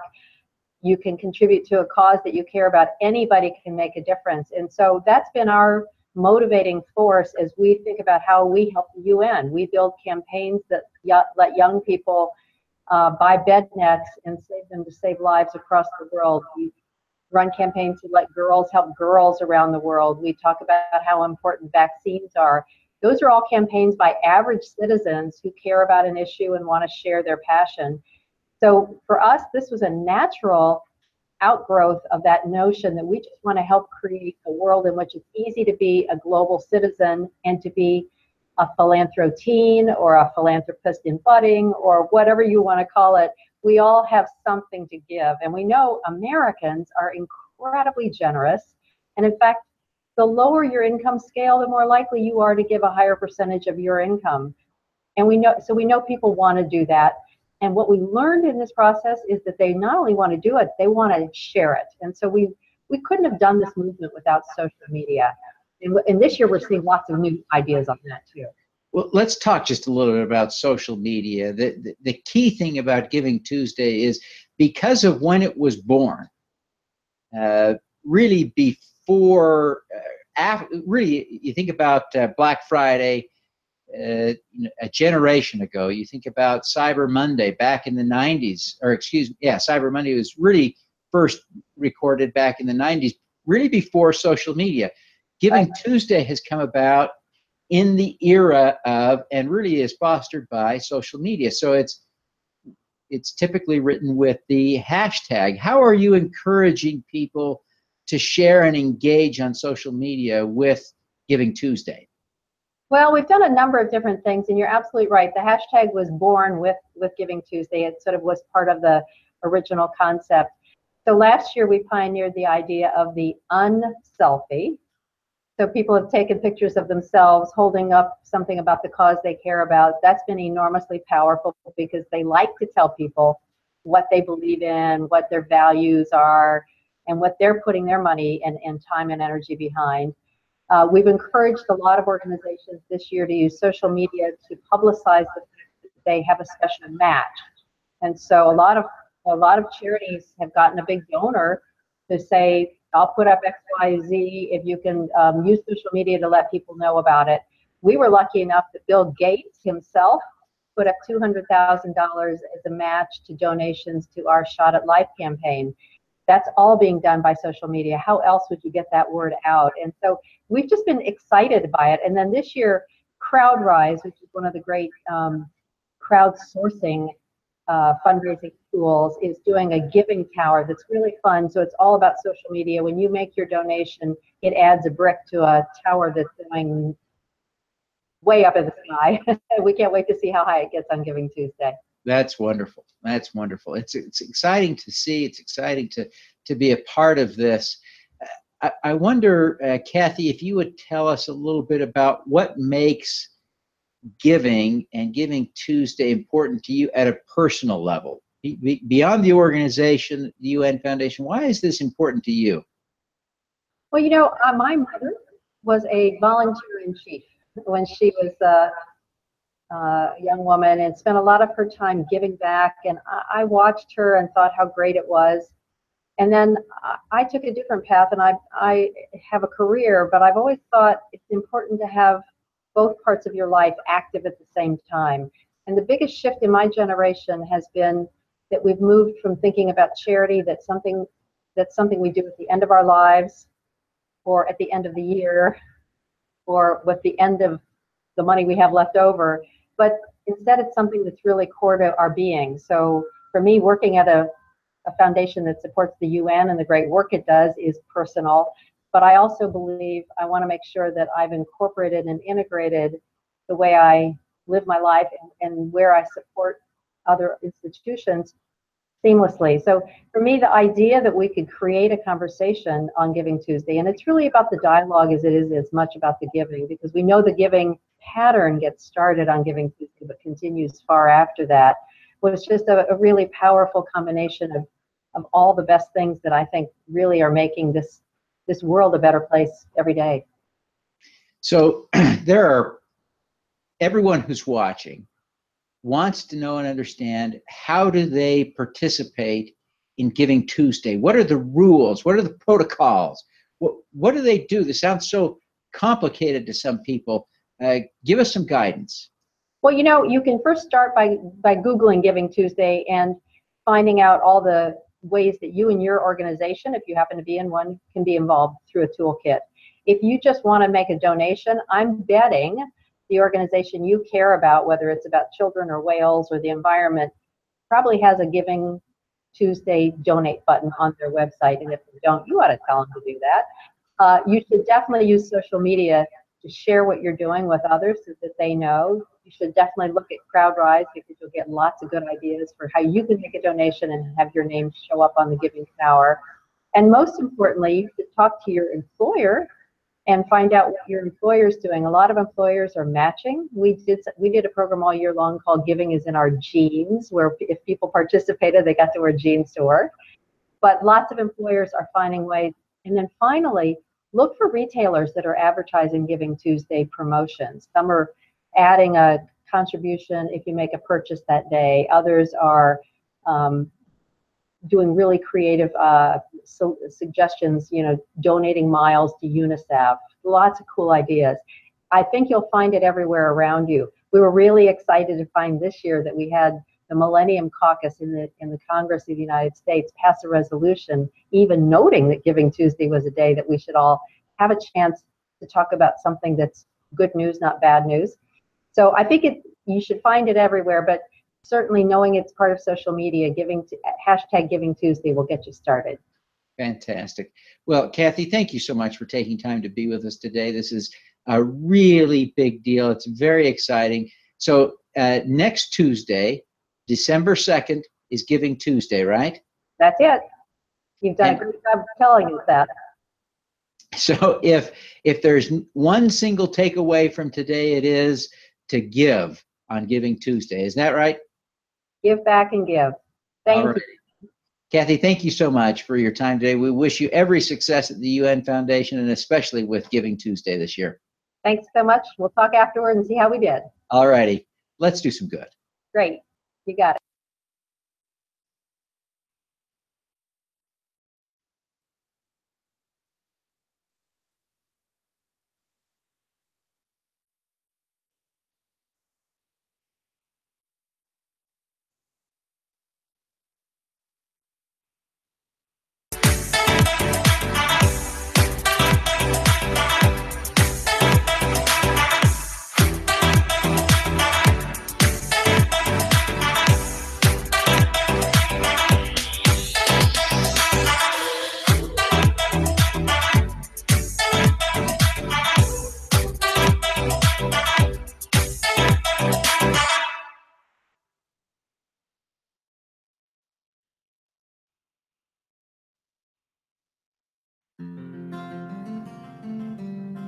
Hi, this is Devin. Thanks for joining me for the Streamathon. Apparently, nature called and I went to the restroom. So while I'm gone, I want to just take a moment and tell you a little bit about what we're doing on the Streamathon today. We'll be here midnight to midnight in Pacific time, all day, 24 hours live. I'm all alone.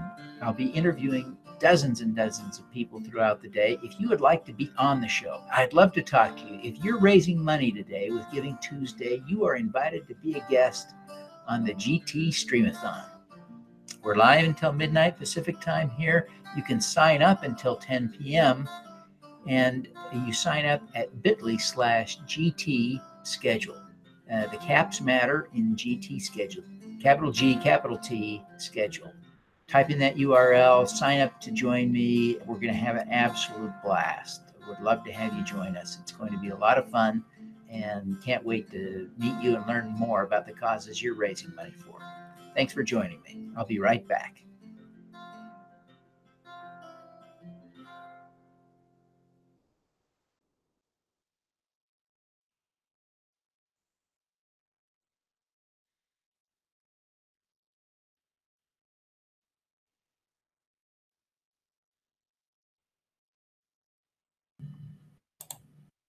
Fantastic. Well, I hope you found that some of that interesting, that interview with Kathy Calvin. I treasure that. I'm proud of that. I think it was a great discussion. I'm grateful to have had the opportunity to visit with Kathy. She's a tremendous human being. You know, we've got a guest coming on the show here at the top of the hour, about 5 minutes away. If all goes well, we'll have Brianni Smart. Brianni Smart should be with us. I hope she's tuned in. We're excited to have her join in. But I can just give you a little bit of a preview of what she will be talking about. She is involved with I think it's Pha Tod Key Botanical Garden, and they are working in Laos to preserve the flora and fauna of that great country. And so I look forward to visiting with her and sharing that discussion with you in a few minutes. We'll be working to get her on board over the next few minutes. I want to remind you that if you're interested in being on the show, we'd love to have you. We still have a few open slots late tonight, much as we've had some open slots this morning. I'm hoping we can fill those during the day. I've left the sign up. The sign up process is all automated. If you're watching, wherever you're watching this, let me tell you how to sign up. Visit bit.ly/GT schedule. It's bit.ly. bit.ly/GT schedule. The G and the T should be capitalized. Schedule is lowercase. But you click on that and sign up for one of the few remaining times. We'd love to have you on. If you want to talk about your cause that you are campaigning for today. There's so many good organizations, so many good causes. We've got 66, I think, on the calendar at this point. It blows me away thinking about it. We've had one of those so far. We've got 65 to go, I think. We're really going to have fun with this all day. I mean, my heavens, the people around the world that are doing so much good. Really, I really am excited, pleased, and proud. Let me just look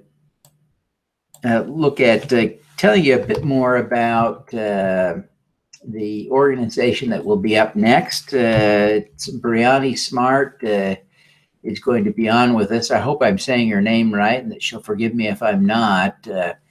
But this is a garden that's based in Laos. In fact,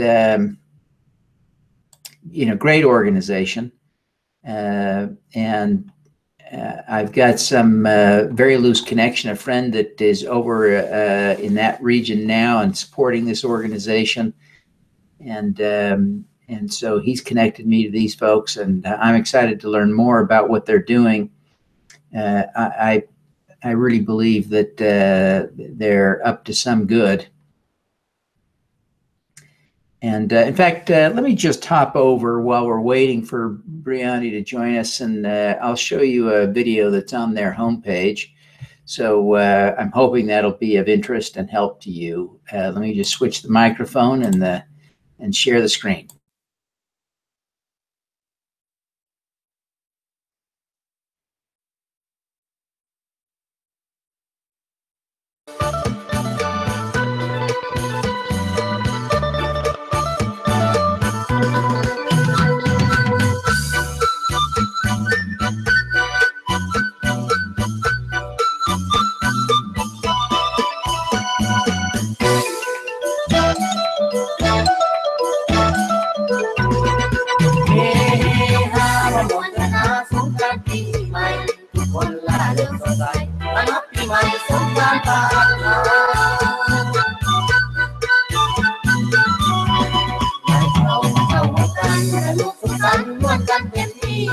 ขอให้ทุกท่านโชคดีขอให้ทุกท่านโชคดีปีใหม่ปีนี้ขอให้ร่ำให้รวยขอให้ร่ำให้รวย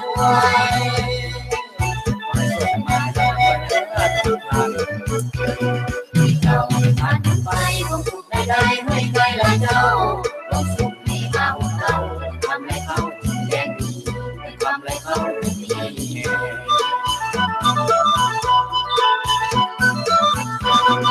การผ่านเขาหลายจะมีกระสายเป็นกันเต็มที่มีของมาได้ดีมีของมาได้ดีก็ทุกทีแสดงกัน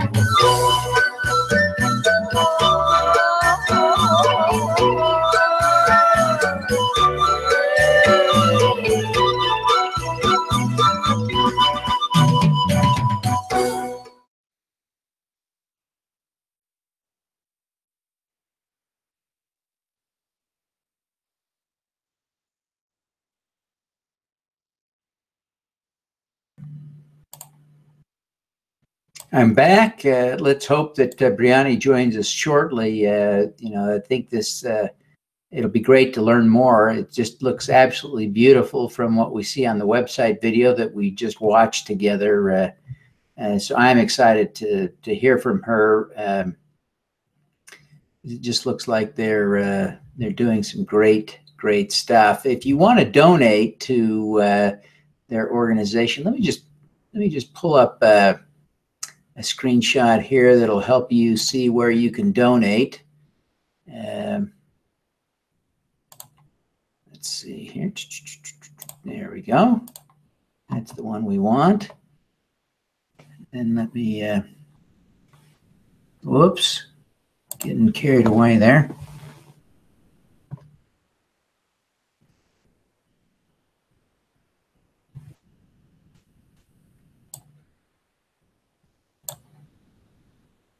Okay, there we go. Now you can see that appropriately. So Brianni will be with us here in a few moments, I'm hoping.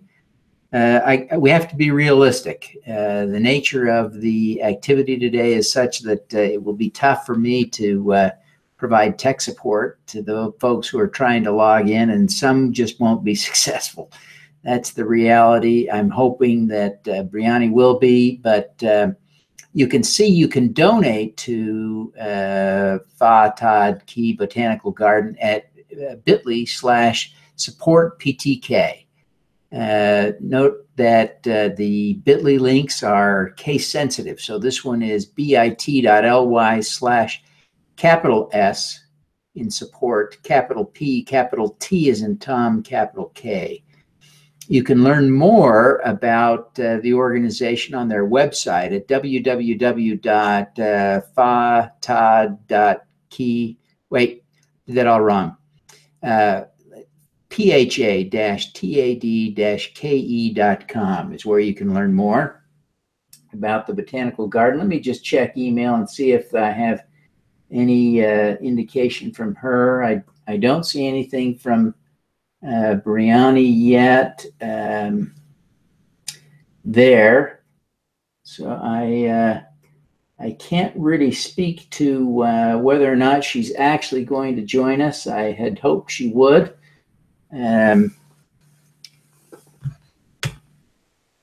But I think we've had an opportunity to get just a little bit acquainted with her. We visited the website together. We have looked at how you can donate and find out more information. So I hope that's helpful to you. Our next scheduled interview is, let me just pull that up here. Our next scheduled interview is with Maggie Cottrell with the International Justice Mission. And if you were with us earlier, I played an interview that I did with 10 winners of Classy Awards from last summer. Great discussion with all 10 winners. One of the winners was International Justice Mission. And so this is an opportunity to learn more about them. It's an anti-slavery organization. And I'm excited to visit with them. And so they'll be up next if we don't get Brianni on soon. I'm hoping we will. And in any case, let me just kind of, if you'll forgive me, go to commercial for just a minute while we make some adjustments. Get ready for our next interview. So I'll be back in a minute.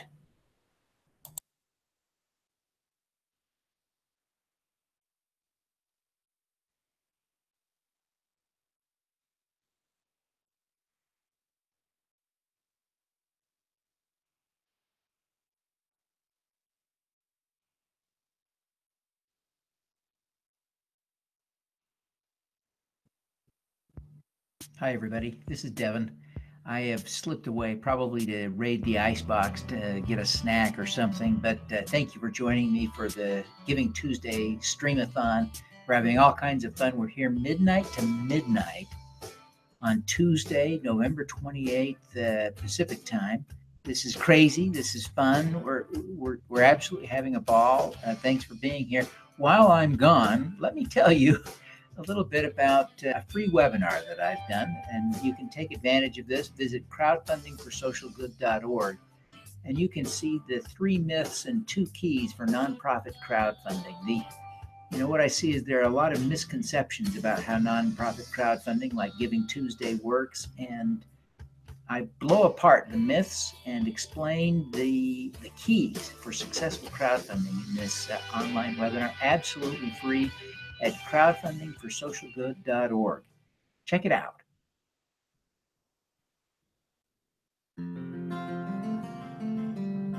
Hi, this is Devin.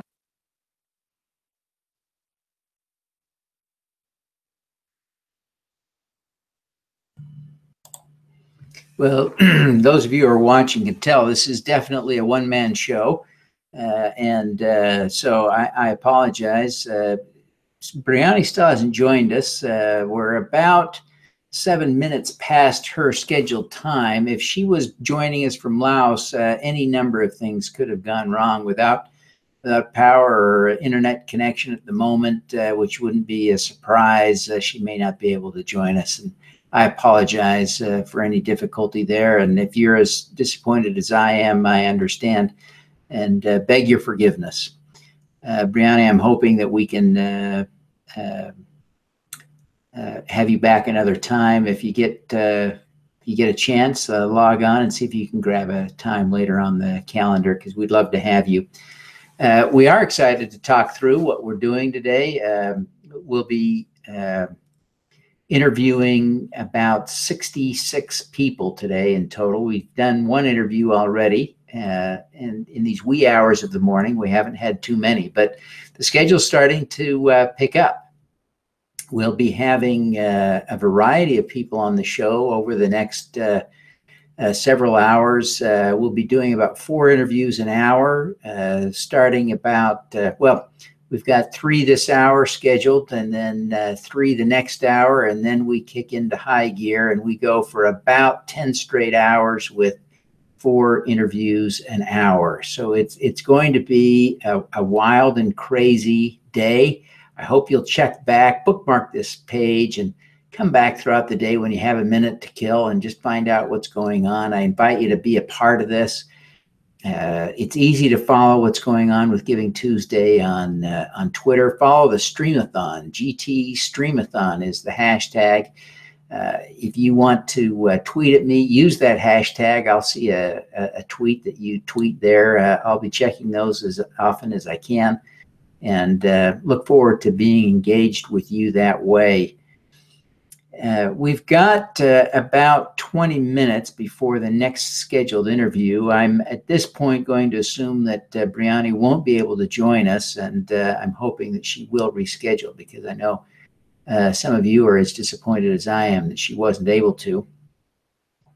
But let me show you, share with you another interview. This one I want to share with you, the one that I did with Daryl Hatton, who is the CEO and founder of Fundraiser. He's going to be on the show later today talking about how his platform at Fundraiser is supporting Giving Tuesday. But I'll share with you a past interview I did with him Really one of my favorite interviews of all time. Just really, quite frankly, a moving and touching interview with people who've really devoted their lives to service. So I'll make the switch here. Be patient with me as I do so.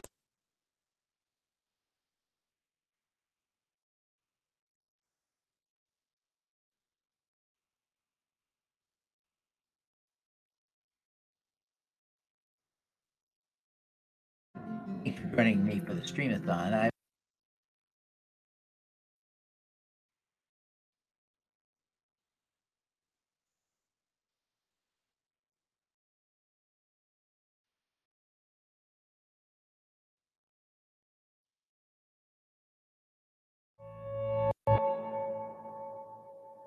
really like skiing deep powder. I really like flying helicopters.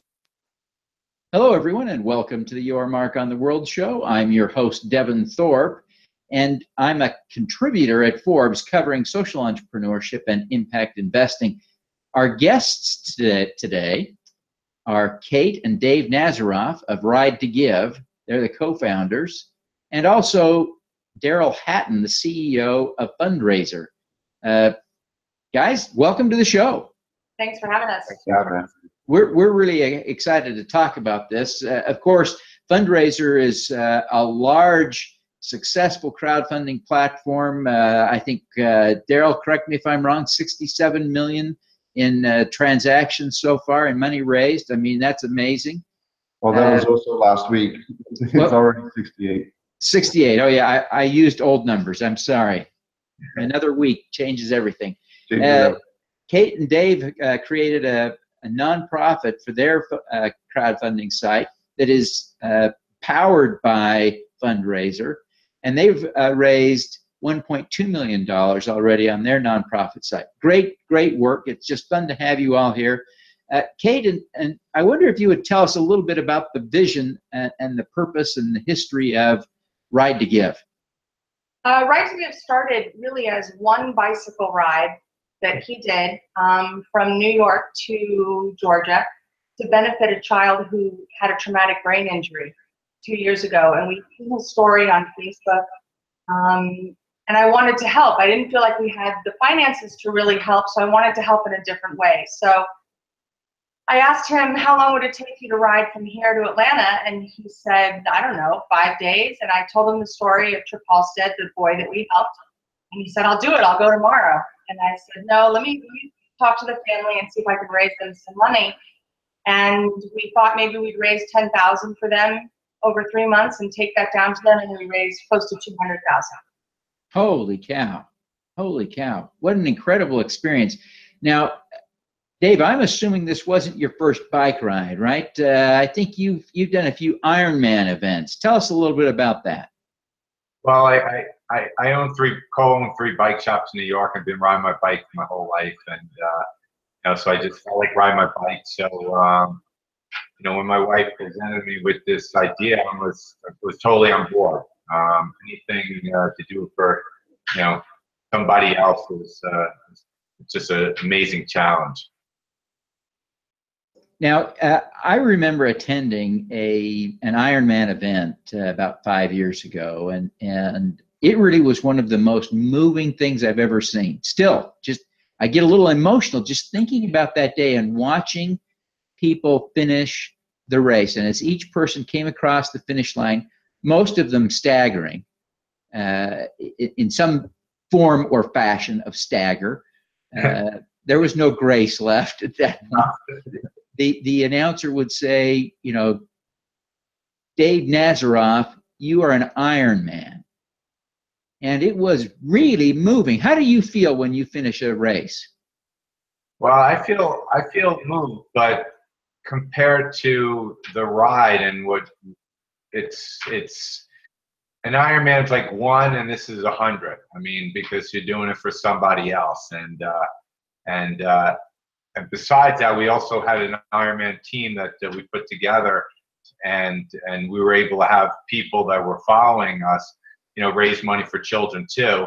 And at Ironman Chattanooga, we had 8 people started, 8 people finished, and So watching other people finish it for our charity and raise funds for people they don't know, it was just moving for me. So doing the Ironman is cool, but doing a ride or helping out other people is way better.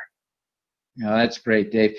Kate, I wonder if you would tell us a little bit about some of the campaigns that you have on Ride to Give now. You've got a couple dozen campaigns, it looks like.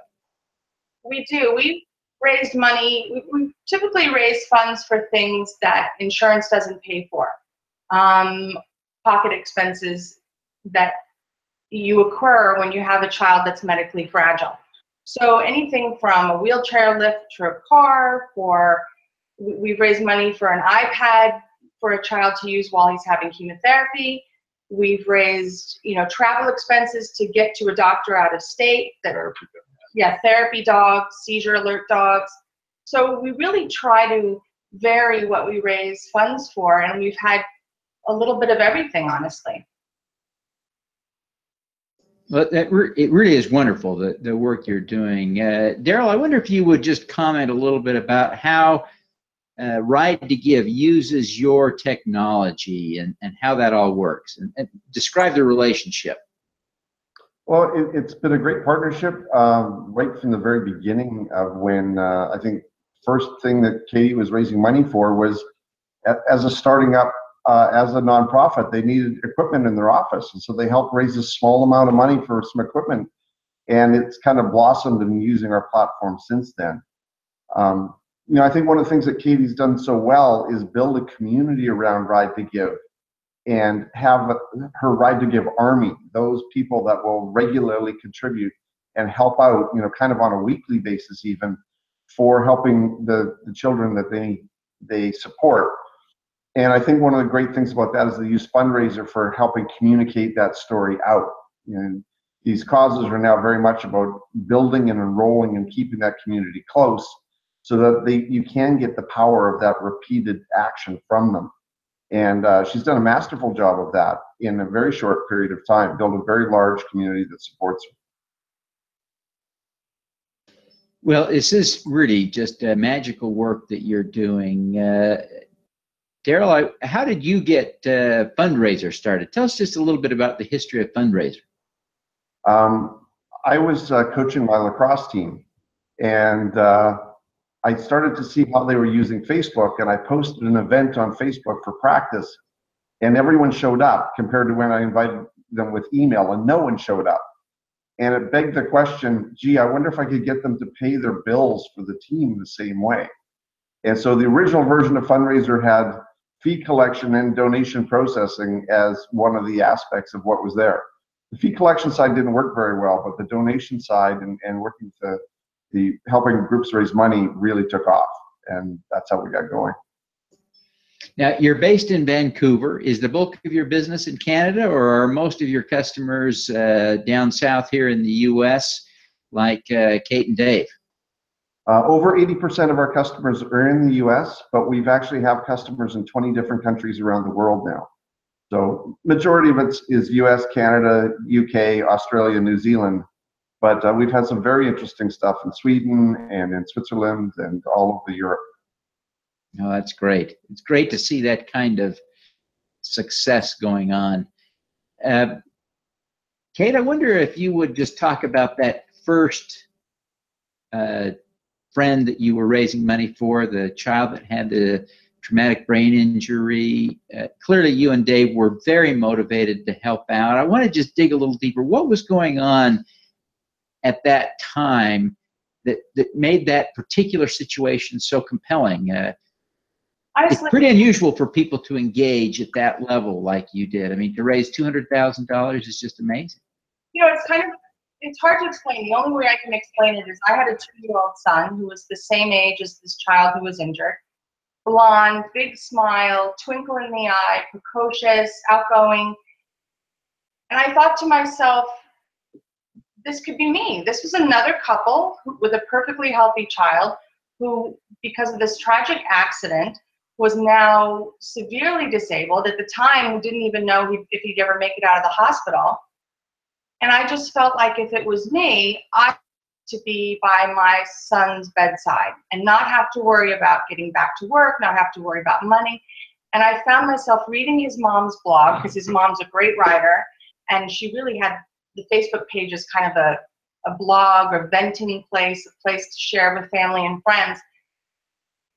And I found myself waking up in the middle of the night and checking my phone to see how this child was doing. And he was a complete stranger. And it was the first time I really felt called to help anyone outside of my own immediate friends and family. And when we wrote them an email and said, we're not crazy, we just want to help out, they said, come on down. And we've now forged a friendship with that family that will be lifelong. I don't know why. I guess because it was almost inconceivable to me that these would be strangers to you. I've always assumed that these were somehow people